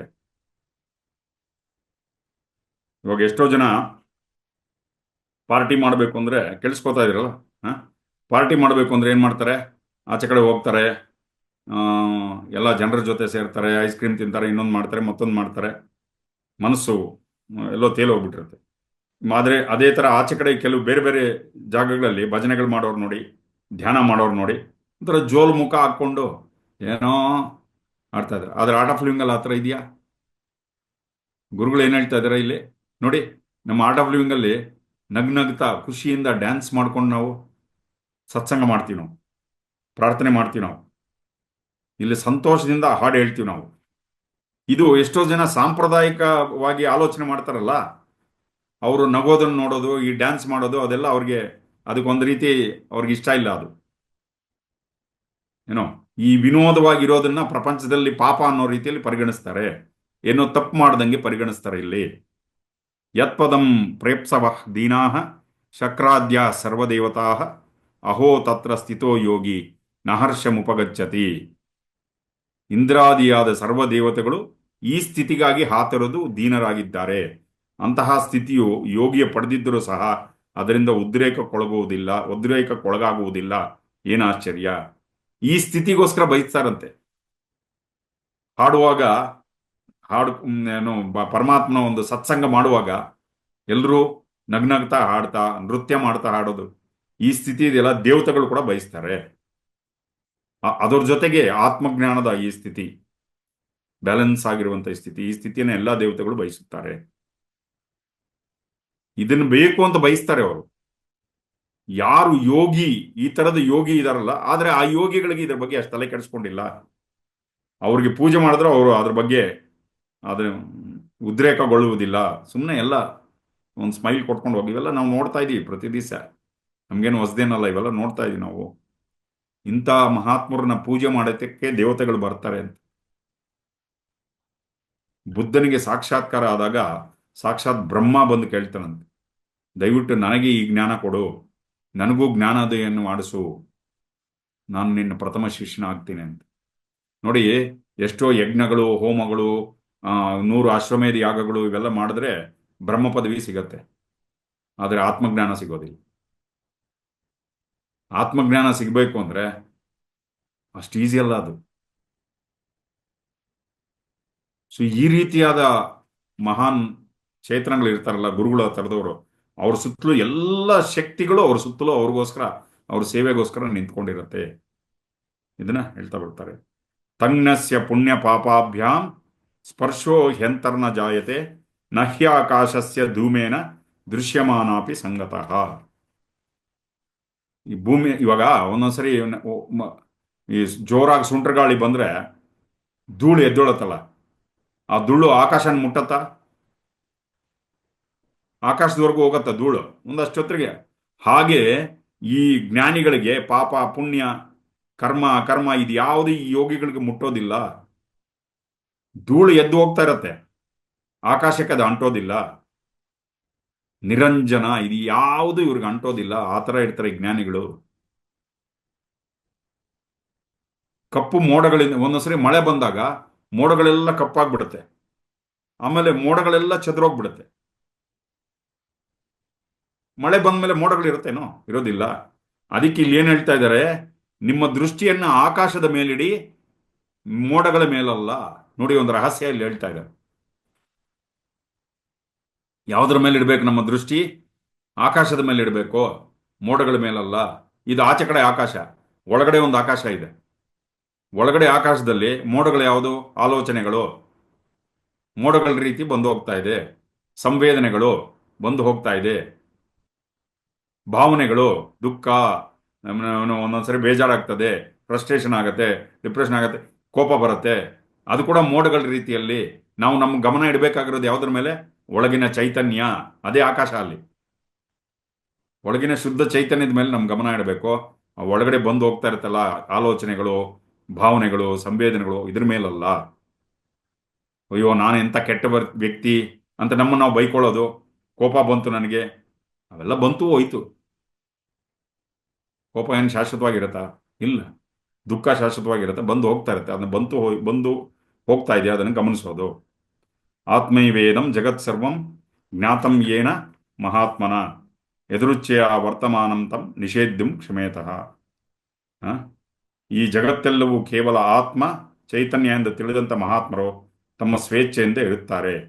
ಇಂತಹವರನ್ನು ನಿಷೇಧಿಸಲು ಯಾರಿಂದ ತಾನೇ ಸಾಧ್ಯ? ಆ ಬ್ರಹ್ಮ ಸ್ತಂಭ ಪರ್ಯಂತೆ ಭೂತಗ್ರಾಮೇ ಚತುರ್ವಿಧೆ ವಿಘ್ನಸ್ತೈವ ಹಿ ಸಾಮರ್ಥ್ಯಂ ಇಚ್ಛಾನಿಚ್ಛ ವಿವರ್ಜನೆ. ಸೊ ಬ್ರಹ್ಮನಿಂದ ಹಿಡಿದು ಹುಲ್ಲುಕಡ್ಡಿಯವರೆಗೂ 4 ವಿಧವಾದ ಜೀವರಾಶಿಗಳು. ಕೇವಲ ಜ್ಞಾನಿಗಳಿಗೆ ಮಾತ್ರ ಇಚ್ಛೆ ಮತ್ತೆ ಅನಿಚ್ಛೆಗಳನ್ನು ತ್ಯಜಿಸಲು ಸಮರ್ಥರು. ಈ 4 ವಿಧವಾದ ಜೀವರಾಶಿಗಳನ್ನ ಇಲ್ಲಿ ಎಕ್ಸ್ಪ್ಲೈನ್ ಮಾಡ್ತಾರೆ. ಓಕೆ, ಏನೋ ಒಂದೊಂದು ವಸ್ತುವನ್ನ ನಾವು ಬೇರೆ ಬೇರೆ ಮಾಡ್ತಾ ಹೋಗ್ತಾ ಇದ್ದಾಗ ಅದು ಅಣುಗಳಾಗ್ತದೆ. ಅಣುಗಳನ್ನ ಮತ್ತೆ ಡಿವೈಡ್ ಮಾಡಿದ್ರೆ ಪರಮಾಣುಗಳಾಗತ್ತೆ. ಅದ್ರ ಒಳಗಡೆ ಏನಿದೆ ಅಂತ ನೋಡಿದ್ರೆ ಓನ್ಲಿ ವೈಬ್ರೇಷನ್ಸ್ ಇದೆ, ತರಂಗಗಳು. ಈ ವಿಶ್ವ ಪೂರ್ತಿ ತರಂಗಗಳಿಂದ ಮಾಡಲ್ಪಟ್ಟಿದೆ. ಹಾಗೆ ಈ ಕಾನ್ಶಿಯಸ್ನಲ್ಲಿ ನಮ್ಮ ಚೈತನ್ಯ ಇರಲ್ಲ, ಇದರಲ್ಲಿ ಬೇರೆ ಬೇರೆ ಲೆವೆಲ್ಸ್ ಇದೆ. ಸೊ ಇಲ್ಲಿ ಹೇಳ್ತಾ ಬರ್ತಾರೆ, ಏನು, ಕಲ್ಲಿಗೆ ಎಷ್ಟು ಚೈತನ್ಯ ಇರುತ್ತೆ, ನೀರಿಗೆ ಎಷ್ಟು ಚೈತನ್ಯ ಇದೆ, ಬೆಂಕಿಗೆ ಎಷ್ಟು ಚೈತನ್ಯ ಇದೆ, ಗಾಳಿಗೆ ಎಷ್ಟು ಚೈತನ್ಯ ಇದೆ, ಆಕಾಶಕ್ಕೆ ಎಷ್ಟು ಚೈತನ್ಯವಿದೆ, ಮರಗಳಲ್ಲಿ ಎಷ್ಟು ಚೈತನ್ಯ ಶಕ್ತಿ ಇದೆ, ಇದು ಹೇಳ್ಕೊಂಡ್ಬರ್ತಾರೆ. ಇದು ನೋಡಿ, ಇಲ್ಲೇನು ಹೇಳ್ತಾರೆ, ಕಲ್ಲಿಗೆ ಒಂದು ಕಲೆ ಅಂತಾರೆ. ಚೈತನ್ಯದ ಒಂದು ಎಷ್ಟು ತೀವ್ರತೆ ಅದರಲ್ಲಿ ಇದೆ, ಅಂಶ ಇದೆ ಅಂತ. ಒಂದು ಕಲೆಯಷ್ಟು ಅದರಲ್ಲಿ ಚೈತನ್ಯ ಇದೆ. ನೀರಿನಲ್ಲಿ 2 ಕಲೆಯಷ್ಟು ಚೈತನ್ಯ ಇದೆ ಅದರಲ್ಲಿ. ಬೆಂಕಿಯಲ್ಲಿ 3 ಕಲೆಯಷ್ಟು ಜೀವ ಇದೆ. ವಾಯುವಿನಲ್ಲಿ 4 ಕಲೆ, ಕಲಾ ಅಂದ್ರೆ ಆರ್ಟ್ ಅಂತಲ್ಲ, ಕಲೆ ಅಂತ ಹೇಳ್ತಾರೆ. ಅದು 4 ಕಲೆಯಷ್ಟು ಜೀವ ಇದೆ. ಆಕಾಶದಲ್ಲಿ 5 ಕಲೆಯಷ್ಟು ಜೀವ ಇದೆ. ಮತ್ತೆ ಈ ಮರಗಳು ಅದು ಚರ ಅಲ್ಲ, ಅಚರ ಅಂದ್ರೆ ಏನು, ನಿಂತ್ಕೊಂಡಿರುವಂಥದ್ದು, ಮೂಮೆಂಟ್ ಇಲ್ಲ ಮರಗಳಲ್ಲಿ. ಅದರಲ್ಲಿ 6 ಕಲೆಯಷ್ಟು ಚೈತನ್ಯ ಇದೆ. ಪ್ರಾಣಿಗಳಲ್ಲಿ 7 ಕಲೆಯಷ್ಟು ಚೈತನ್ಯ ಇದೆ ಅಂತ ಹೇಳ್ತಾರೆ. ಮನುಷ್ಯರಲ್ಲಿ 8 ಕಲೆಯಷ್ಟು ಚೈತನ್ಯ ಇದೆ ಅಂತ ಹೇಳ್ತಾರೆ. ಅದಕ್ಕೆ ಮನುಷ್ಯರನ್ನ ಅಷ್ಟವಸು ಅಂತ ಕರೀತಾರೆ ಅಂತ ಹೇಳ್ತೇವೆ ಗುರು. ಓಕೆ, 8 ರೀತಿಯ ಪ್ರಾಣಗಳಿದೆ ಅಂತ, ಜೀವಕೋಶಗಳಿದೆ. ಮತ್ತೆ ಮನುಷ್ಯರಲ್ಲಿ ಕೆಲವರು ರಾಕ್ಷಸಿ ಪ್ರವೃತ್ತಿ ಇರುತ್ತೆ, ಅಮಾನುಷವಾದ ಕೆಲಸಗಳು ಮಾಡ್ತಾರೆ, ಒಳ್ಳೇದು ಮಾಡ್ತಾರೆ, ಕೆಟ್ಟದ್ದು ಮಾಡ್ತಾರೆ. ಅವರಲ್ಲಿ 9 ಕಲೆ ಇರುತ್ತೆ. ಒಂದು ತರ ರಾಕ್ಷಸಿ ಈ ರಾವಣಾಸುರ, ಈ ಅಸುರರೆಲ್ಲ ಇದಾರಲ್ಲ, ಅವ್ರಿಗೆಲ್ಲ 9 ಕಲೆ ಅಷ್ಟಿರುತ್ತೆ. ಕೃಷ್ಣನಿಗೆ 16 ಕಲೆ ಇದೆ ಅಂತ, ಪರಿಪೂರ್ಣ ಅಷ್ಟೇ, ಅದೇ ಮ್ಯಾಕ್ಸಿಮಮ್, ಅದಕ್ಕಿಂತ ಜಾಸ್ತಿ ಇಲ್ಲ. ಕೃಷ್ಣನಿಗೆ ಅದಕ್ಕೆ ಆ, ಷೋಡಶ ಕಲಾನಿಧಿ ಅಂತ ಕರೀತಾರೆ ಕೃಷ್ಣನಿಗೆ. ಯಾಕೆಂದ್ರೆ 16 ಕಲೆ ಇದೆ ಅಂತ. ನಮಗಿನ್ನ ಒಂದು ದರ್ಜೆ ಮೇಲ್ಗಡೆ ಇರೋರು ನಮ್ಮ ಪಿತೃಗಳು. ಓಕೆ, ಅವರು ಶರೀರದಿಂದ ಹೊರಗಡೆ ಇರೋರು. ಎಲ್ಲ ದೇಶಗಳಲ್ಲೂ ಪಿತೃಗಳಿಗೆ ಪೂಜೆ ಮಾಡ್ತಾರೆ. ಹ ಸೊ ಕೆಲವು ದೇಶಗಳು, ಸಿಂಗಪೂರು, ಚೀನಾ, ಜಪಾನ್, ಬ್ರೆಜಿಲ್, ಇದು ಒಂದೊಂದು ದೇಶದಲ್ಲಿ ಒಂದೊಂದು ರೀತಿ ಅವರು ಪೂಜೆ ಮಾಡ್ತಾರೆ. ಹಾಗೆ ನಮ್ಮಲ್ಲಿ ಏನು ಮಾಡ್ತೀವಿ, ಶ್ರಾದ್ದ ಮಾಡ್ತೀವಿ. ಶ್ರಾದ್ದ ಮಾಡಿ ಕಾಗೆಗಳಿಗೆ, ಪಶು ಪಕ್ಷಿಗಳಿಗೆ ಊಟ ಕೊಟ್ರೆ ಪಿತೃಗಳು ತೃಪ್ತರಾಗ್ತಾರೆ ಅಂತ ನಂಬಿಕೆ ನಮ್ಮಲ್ಲಿ. ಹ್ಮ್ ಮತ್ತೆ ಪ್ರಾಣಿಗಳಿಗೆ ಆಹಾರ ಹಸುಗಳಿಗೆ ಏನಾದರೂ ಗೋಗ್ರಾಸ ಕೊಡೋದು, ಇವೆಲ್ಲ ಮಾಡ್ತೀವಿ. ಕೇಳಿಸ್ಕೊತಾ ಇದ್ದೀರಾ? All with me? ಹಾ, ಹಸುಗಳಿಗೆ ಏನಾದರೂ ಗೋಗ್ರಾಸ ಕೊಡೋದು, ಇದೆಲ್ಲ ಮಾಡ್ತೀವಿ ನಾವು. ಇದೆಲ್ಲ ಭಾವ, ಒಂದು ನಮ್ಮ ಒಳಗಡೆ ಒಂದು ತೃಪ್ತಿ ಉಂಟಾಗದೆ, ಭಾವಪ್ರಧಾನ ಅಂತ ಹೇಳ್ತಾರೆ. ಹಾಗೆ ತಂದೆ ತಾಯಿ ಹೆಸರಲ್ಲಿ ಬಡ ಮಕ್ಕಳಿಗೆ ಏನಾದರೂ, ಕೆಲವ್ರು ಏನು ಮಾಡ್ತಾರೆ, ಸ್ಕೂಲ್ಗೆ ಹೋಗಿ ಬುಕ್ಕುಗಳು ಡಿಸ್ಟ್ರಿಬ್ಯೂಟ್ ಮಾಡ್ತಾರೆ ಅವರ ತಿಥಿ ದಿವಸ, ಅಥವಾ ಯೂನಿಫಾರ್ಮ್ ಡಿಸ್ಟ್ರಿಬ್ಯೂಟ್ ಮಾಡ್ತಾರೆ, ಒಂದು ದಿವಸ ಊಟ ಹಾಕಿಸ್ತಾರೆ, ಅಥವಾ ಯಾರಾದ್ರು ವೃದ್ಧಾಶ್ರಮಕ್ಕೆ ಹೋಗಿ ಅಲ್ಲಿ ಹಣ್ಣು ಹಂಪಲು ಕೊಡ್ತಾರೆ. ಈ ಥರ ಒಂದೊಂದು ಹ್ಮ್, ಅದು ಇದರಿಂದ ಫಲ ಸಿಗತ್ತೆ ಅಂತ ಹೇಳ್ತಾ ಇದ್ರು ಗುರುಗಳು. ಖಂಡಿತ ಫಲ ಸಿಗತ್ತೆ. ಮತ್ತೆ ಪಿತೃಗಳಿಗಿನ್ನ ಉನ್ನತವಾದ ಸ್ಥಾನದಲ್ಲಿ ಇರೋದು ಯಾರು? ಕಿನ್ನರರು. ಕಿನ್ನರರಿಗಿನ್ನ ಉನ್ನತವಾದ ಸ್ಥಾನದಲ್ಲಿ ಇರೋರು ಗಂಧರ್ವರು. ಅವ್ರಿಗಿನ್ನ ಉನ್ನತವಾದ ಸ್ಥಾನದಲ್ಲಿ ಇರೋರು ಯಕ್ಷರು. ಇದು ಬೇರೆ ಬೇರೆ ಲೆವೆಲ್ಸ್ ಇದೆ ಇಲ್ಲಿ. ಯಕ್ಷರಾದ್ಮೇಲೆ ನೆಕ್ಸ್ಟ್ ದೇವತೆಗಳು. ದೇವತೆಗಳು ಬೇರೆ ಬರುತ್ತೆ. ದೇವತೆಗಳು ಅಂದ್ರೆ ಸ್ವಲ್ಪ ಶಕ್ತಿಶಾಲಿಯಾದಂಥ ಎನರ್ಜೀಸ್ ಅವು. ದೇವತೆಗಳಿಗಿನ್ನ ಉನ್ನತ ಸ್ಥಾನವಾಗಿರೋದು ಸಿದ್ಧ ಪುರುಷರು, ಗುರುವಿನ ಸ್ಥಾನ. ಅದಕ್ಕೆ ಎಲ್ಲ ಪೂಜೆಗಳನ್ನು ಮಾಡೋದಕ್ಕೆ ಮುಂಚೆ ಗುರುವನ್ನ ಪ್ರಾರ್ಥನೆ ಯಾಕೆ ಮಾಡ್ತೀವಿ ಅಂದ್ರೆ, ಫಸ್ಟ್ ಮೊದಲನೇ ಸ್ಥಾನ ಗುರುಗಳು ಕೊಡ್ತೀವಿ ನಾವು. ಶ್ರೀ ಗುರುಭ್ಯೋ ನಮಃ ಹರಿ ಓಂ ಅಂತ ಹೇಳ್ತೀವಲ್ಲ, ಏನೋ ಈ ಸೂಕ್ಷ್ಮ ಜಗತ್ತಿನಲ್ಲೂ ಕೂಡ ಅದರಲ್ಲೂ ಲೆವೆಲ್ಸ್ ಇದೆ ಆ ಚೈತನ್ಯದಲ್ಲಿ. ಆದರೆ ಇವೆಲ್ಲ ಒಂದೇ ಚೈತನ್ಯದಿಂದ ಮಾಡಲ್ಪಟ್ಟಿದೆ. ಇದು ಆತ್ಮಜ್ಞಾನಿಗೆ ತಿಳಿದಿರುತ್ತೆ ಇದು. ಹ್ಮ್ ಸೊ ಇಲ್ಲಿ 4 ವಿಧವಾದ ಜೀವಿಗಳಿವೆ ಈ ಭೂಮಿ ಮೇಲೆ. ಕೇಳಿಸ್ಕೊತಾ ಇದ್ದೀರಾ? ನೋಡಿ, 4 ವಿಧವಾದ ಜೀವಿಗಳು. ಒಂದು ಯಾವುದು? ಹ್ಮ್ ಆ ಬೆವರಿನಿಂದ ಹುಟ್ಟುವಂಥದ್ದು ಕೆಲವು ಜೀವಿಗಳು, ಕೆಲವು ಬೀಜಗಳಿಂದ ಹುಟ್ಟುವಂಥದ್ದು. ಯಾವುದು ಮರ ಗಿಡಗಳು, ಇವೆಲ್ಲ ಬೀಜಗಳಿಂದ ಹುಟ್ಟುವಂಥದ್ದು. ಏನು ಸೊ ಮೊಟ್ಟೆಯಿಂದ ಹುಟ್ಕೊಂಡ್ಬರುವಂಥ ಅಂಡಜಗಳು ಅಂತ ಕರೀತಾರೆ. ಯಾವುದು? ಕೋಳಿ, ಹಾವುಗಳು, ಇವೆಲ್ಲ. ಮತ್ತೆ ಗರ್ಭದಿಂದ ಜನಿಸಿರುವಂಥ ಜೀವಿಗಳು. ಆದರೆ ಗುರುಗಳು ಒಂದು ಮಾತು ಹೇಳ್ತಾರೆ. ಕೆಲವು ಇವಾಗ ಯಾವುದೋ ಒಂದು ಬಾಟ್ಲ್ ಮನೆಯಲ್ಲಿರುತ್ತೆ, ಆ ಬಾಟ್ಲ್ ಟೈಟಾಗಿ ಮುಚ್ಚಲಾಗ್ಬಿಟ್ಟು ಒಂದು 2-3 ತಿಂಗಳು ಹಾಕಿಟ್ಬಿಟ್ರೆ, ಏನೋ ಒಂದು 2-3 ತಿಂಗಳಲ್ಲಿ ಮತ್ತೆ ಅದರೊಳಗಡೆಯಿಂದ ಸಣ್ಣ ಸಣ್ಣ ಕ್ರಿಮಿಗಳು ಬಂದ್ಬಿಡುತ್ತೆ.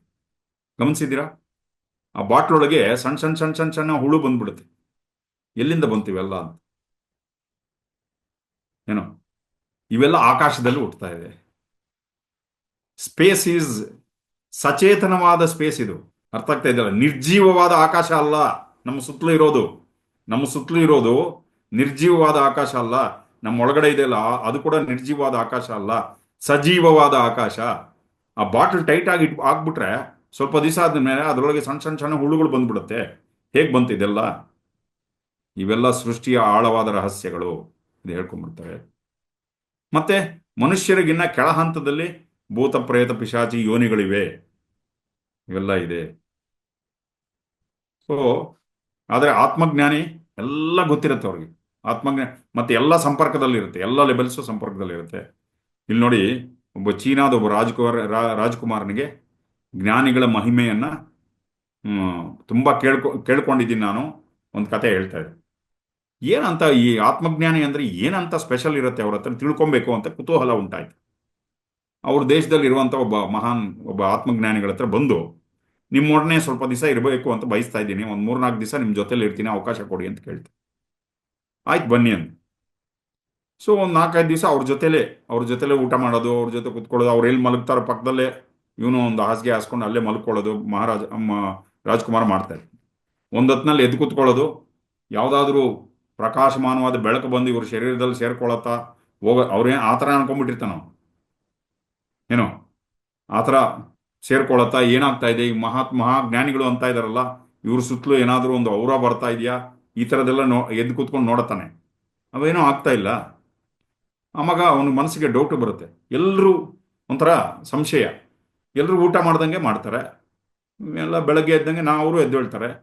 ಏನಪ್ಪ ಡಿಫ್ರೆನ್ಸು? ಅವ್ರು ಇನ್ನ ಯೋಗಿಗಳು ಏನು ಮಾಡ್ತಾ ಇದ್ರು ಗೊತ್ತಾ, ಆ ಮಹಾತ್ಮರು? ಇವನ್ ಮನಸ್ಸಿಗೆ ಸಂಶಯ ಬರಲಿ ಅಂತ ಎಲ್ಲೋ ಒಂದು ಪಾತ್ರೆ ಇಟ್ಬಿಡೋದು, ಅದನ್ನು ಹುಡುಕ್ತಾ ಇರೋದು. ಅಥವಾ ಇನ್ನೇನೋ ಒಂದು ಇವನಿಗೆ ಸಂಶಯ ಬರೋ ಥರ ಅವ್ರ ಮೇಲೆ. ಈ ಜ್ಞಾನಿಗಳು ಅದೇ ಥರ ಮಾಡ್ತಾರೆ. ಗುರುಗಳು ಹೇಳ್ತಾರಲ್ಲ, ನನ್ನ ಮೇಲೆ ನಿಮ್ಮ ಮನಸ್ಸಿನಲ್ಲಿ ಸಂಶಯ ಬರೋ ಥರ ನಾನು ಮಾಡ್ತೀನಿ. ಆ ಸಂಶಯಗಳನ್ನು ಮತ್ತೆ ಮತ್ತೆ ನೀವು ನನ್ನ ಪಾದಕ್ಕೆ ಶರಣಾಗತಿ ಮಾಡಿಕೊಂಡು ಶರ ಇದು ಶರಣರಾಗಬೇಕು. ಅದು ಹೇಳ್ತಾರಲ್ಲ, ಆ ಥರ ಮತ್ತೆ ಮತ್ತೆ ಅವ್ರ ಮೇಲೆ ಸಂಶಯ ಬರೋಂಗೆ ಮಾಡ್ತಾರೆ. ಕೊನೆಗೆ ಇವನು ಹೋಗಿ ಅವ್ರ ಪಾದ ಹಿಡ್ಕೊಂಡ್ಬಿಡ್ತಾನೆ. ನಂಗೆ ಏನು ನಿಮ್ಮ ಬಗ್ಗೆ ಅರ್ಥ ಆಗ್ತಾ ಇಲ್ಲ ಆ? ಅಂತ ಹೇಳಿದಾಗ ಆವಾಗ ಹ್ಮ್, ಸ್ವಲ್ಪ ಹಾಗೆ ಕೂತಿದ್ದಾಗ ಸ್ವಲ್ಪ ಅವನ ತಲೆ ಎಲ್ಲ ಖಾಲಿ ಆಗ್ತದೆ. ಸೊ ಅದಕ್ಕೆ ಹೇಳ್ತಾರೆ ಸಿದ್ಧರು, ನೋಡಿ, ಆಚೆ ಕಡೆಯಿಂದ ಗೊತ್ತಾಗಲ್ಲ ಒಬ್ಬ ಮಹಾತ್ಮನ ಬಗ್ಗೆ, ಹೃದಯದಿಂದ ನೋಡಬೇಕು. ಕಣ್ಣು ಕಿವಿಗಳಿಗೆ ಗೋಚರ ಆಗುವಂಥದ್ದಲ್ಲ. ಸತ್ಯವನ್ನ ಧ್ಯಾನದಲ್ಲಿ ಮಾತ್ರ ತಿಳಿಯಲಿಕ್ಕೆ ಸಾಧ್ಯ. ಅವರ ಸಾನ್ನಿಧ್ಯದಲ್ಲಿ ಕೂತ್ಕೊಂಡು ಕಣ್ಣು ಮುಚ್ಕೊಂಡು ಕೂತ್ಕೊಂಡ್ರೆ ಆ ಸ್ಪೇಸ್ ಎಕ್ಸ್ಪೀರಿಯನ್ಸ್ ಆಗುತ್ತೆ. ಆ ಹಾಲೋ ಅಂಡ್ ಎಂಟಿನೆಸ್, ಖಾಲಿ ಮತ್ತು ಆ, ಈ ತರದ ಜ್ಞಾನಿಗಳಿಗೆ ಅವ್ರಿಗೆ ಆಸೆ, ಇಚ್ಛೆ, ಅನಿಚ್ಛೆ ಅದೆಲ್ಲ ಏನೂ ಇರೋದಿಲ್ಲ. ಮತ್ತೆ ಏನ್ ಬೇಕಾದ್ರೂ ಬೇಡ ಅಂತ ಹೇಳ್ಬಿಡ್ತಾರೆ ಅವರು. ಯಾವುದು ಆ, ಎಷ್ಟೋ ಜನ ಅವರಿಗೆ ದಾನ ಕೊಡಕ್ಕೆ ಹೋಗ್ತಾರೆ ಗುರುಗಳಿಗೆ. ಗುರುಜಿ, ನಾನು ದಾನ ಕೊಡ್ತೀನಿ ಅಂತ. ಆಯ್ತು, ತಗೊಂಡಿದ್ದೀನಿ, ನೀನೇ ಇಟ್ಕೋ ಹೋಗು ಅಂತ ಕಳಿಸ್ಬಿಟ್ಯಾರ. ತಗೊಳ್ಳೋದಿಲ್ಲ ಗುರುಗಳು. ತಗೊಂಡಂಗೆ ತಗೋತಾರೆ. ಆಯ್ತು, ನಿನ್ನ ಹತ್ರ ಇರ್ಲಿ ಬಿಡು ಅಂತ, ನಂದೇ ಇದು, ನೀನೇ ಇಟ್ಕೊ ನಿನ್ನ ಹತ್ರನೇ ಅಂತ. ನಾನು ಒಂದು ಸಣ್ಣ ಎಕ್ಸಾಂಪಲ್ ಹೇಳ್ತೀನಿ. ಅವರು ಮಿನಿಸ್ಟರ್ ಅವರು ಕರ್ಕೊಂಡೋಗಿ, ನಾನು ಹೋಗಿದ್ದೆ ಜೊತೆಯಲ್ಲಿ. ಒಂದು 25 ಎಕರೆ ಜಮೀನು, ಅದರಲ್ಲಿ ಒಂದು ಪಬ್ಲಿಕ್ ಸ್ಕೂಲ್, CBSE ಸ್ಕೂಲ್ನ ಗುರುಜಿ ನಿಮಗೆ ಕೊಟ್ಬಿಡ್ತೀವಿ ಅಂತ. ಕಾರಿಂದ ಕೆಳಗಿಳಿಲಿಲ್ಲ ಯಜಮಾನರು, ಕಾರಲ್ಲೇ ಕೂತಿದ್ದಾರೆ. ಆಮೇಲೆ ಗುರುಜಿ, ಈ ಸ್ಕೂಲ್ ನಿಮಗೆ ಕೊಡಬೇಕು ಅಂತಿದೆ, ತುಂಬಾ ಸಂತೋಷ, ನೀವೇ ರನ್ ಮಾಡಿ, ನನ್ನ ಆಶೀರ್ವಾದ ಇದೆ ಅಂತ ಹೊಟ್ಬಿಟ್ರು. ಇಬ್ರು ಮಿನಿಸ್ಟರ್ಗಳು ಬಂದಿದ್ರು, ಕಾರಿಂದ ಕೆಳಗೆ ಇಳಿಲಿಲ್ಲ. ತುಂಬಾ ಸಂತೋಷ, ನನ್ನ ಆಶೀರ್ವಾದ ಇದೆ, ಮಾಡಿ, ನೀವೇ ರನ್ ಮಾಡಿ, ಒಳ್ಳೇದಾಗತ್ತೆ ಅಂತ ಹೊಟ್ಬಿಟ್ರು ಗುರುಗಳು. ಇದು ಬೇಕು ಅದು ಬೇಕು, ಯಾವ್ದು ಬಗ್ಗೆನೂ ತಲೆನೇ ಕೆಡಿಸ್ಕೊಳ್ಳಿಲ್ಲ. ಓಕೆ. ಆತ್ಮಾನದ್ವಯಂ ಕಶ್ಚಿತ್ ಜ್ಞಾನಾತಿ ಜಗದೀಶ್ವರಂ ಯದ್ವೇತ್ತಿ ತಚ್ಚ ಕುರುತೆ ನಭಯಂ ತಸ್ಯ ಕುತ್ರಚಿತ್. ಅದ್ವಿತೀಯವಾದ ಆತ್ಮವನ್ನು, ಜಗದೀಶ್ವರನನ್ನು ತಿಳಿದವರು ಬಹಳ ವಿರಳ. ಈ ತರದವರು ಸಿಗೋದೇ ಕಷ್ಟ. ಇಂತಹ ಜ್ಞಾನಿಗಳು ಅವರಿಗೆ ತಮಗೆ ಅನ್ನಿಸಿದಂತೆ ಮಾಡುತ್ತಾರೆ. ಅವರಿಗೆ ಭಯ ಎಲ್ಲಿದೆ? ಏನಂದ್ರೆ ಅವರಿಗೆ ನನ್ನ ಒಳಗಡೆ ಪರಮಾತ್ಮ ಜಗದೀಶ್ವರ ಇದ್ದಾನೆ ಅಂತ, ಅಂದ್ರೆ ಪರಮಾತ್ಮ ಇದ್ದಾನೆ ಅಂತ. ಭಗವಂತನು ನನ್ನವನು, ನನ್ನೊಳಗಿದ್ದಾನೆ. ಇದು ಒಂದು ಲೆವೆಲ್ಲು. ನೆಕ್ಸ್ಟ್ ಲೆವೆಲ್ ಏನು ಗೊತ್ತಾ? ನಾನೇ ಭಗವಂತ ಅಂತ ಹೇಳೋದಿಲ್ಲ. ಇಲ್ಲಿ ಹೇಳ್ತಾರೆ, ನಾನೇ ಭಗವಂತ ಅಂತ ಏಕಾಏಕಿ ಹೇಳುವುದಿಲ್ಲ. ಆ ಅನುಭವ ಆದಾಗ ಮೌನವಾಗಿರ್ತಾರೆ ಇವರು, ಮಾತು ಹೊರಡೋದಿಲ್ಲ. ಅವರ ಸಾನ್ನಿಧ್ಯದಲ್ಲಿ ಕುಳಿತುಕೊಂಡಾಗ ಮಾತ್ರ ಅದು ಅನುಭವಕ್ಕೆ ಬರುತ್ತೆ. ಸೊ ಇದಿಷ್ಟು ಇವತ್ತಿನ Ashtavakra Gita. Okay, thank you for listening. ಓಂ ನಮಃ ಶಿವಾಯ. Very grateful to you. ಜೈ ಗುರುದೇವ್.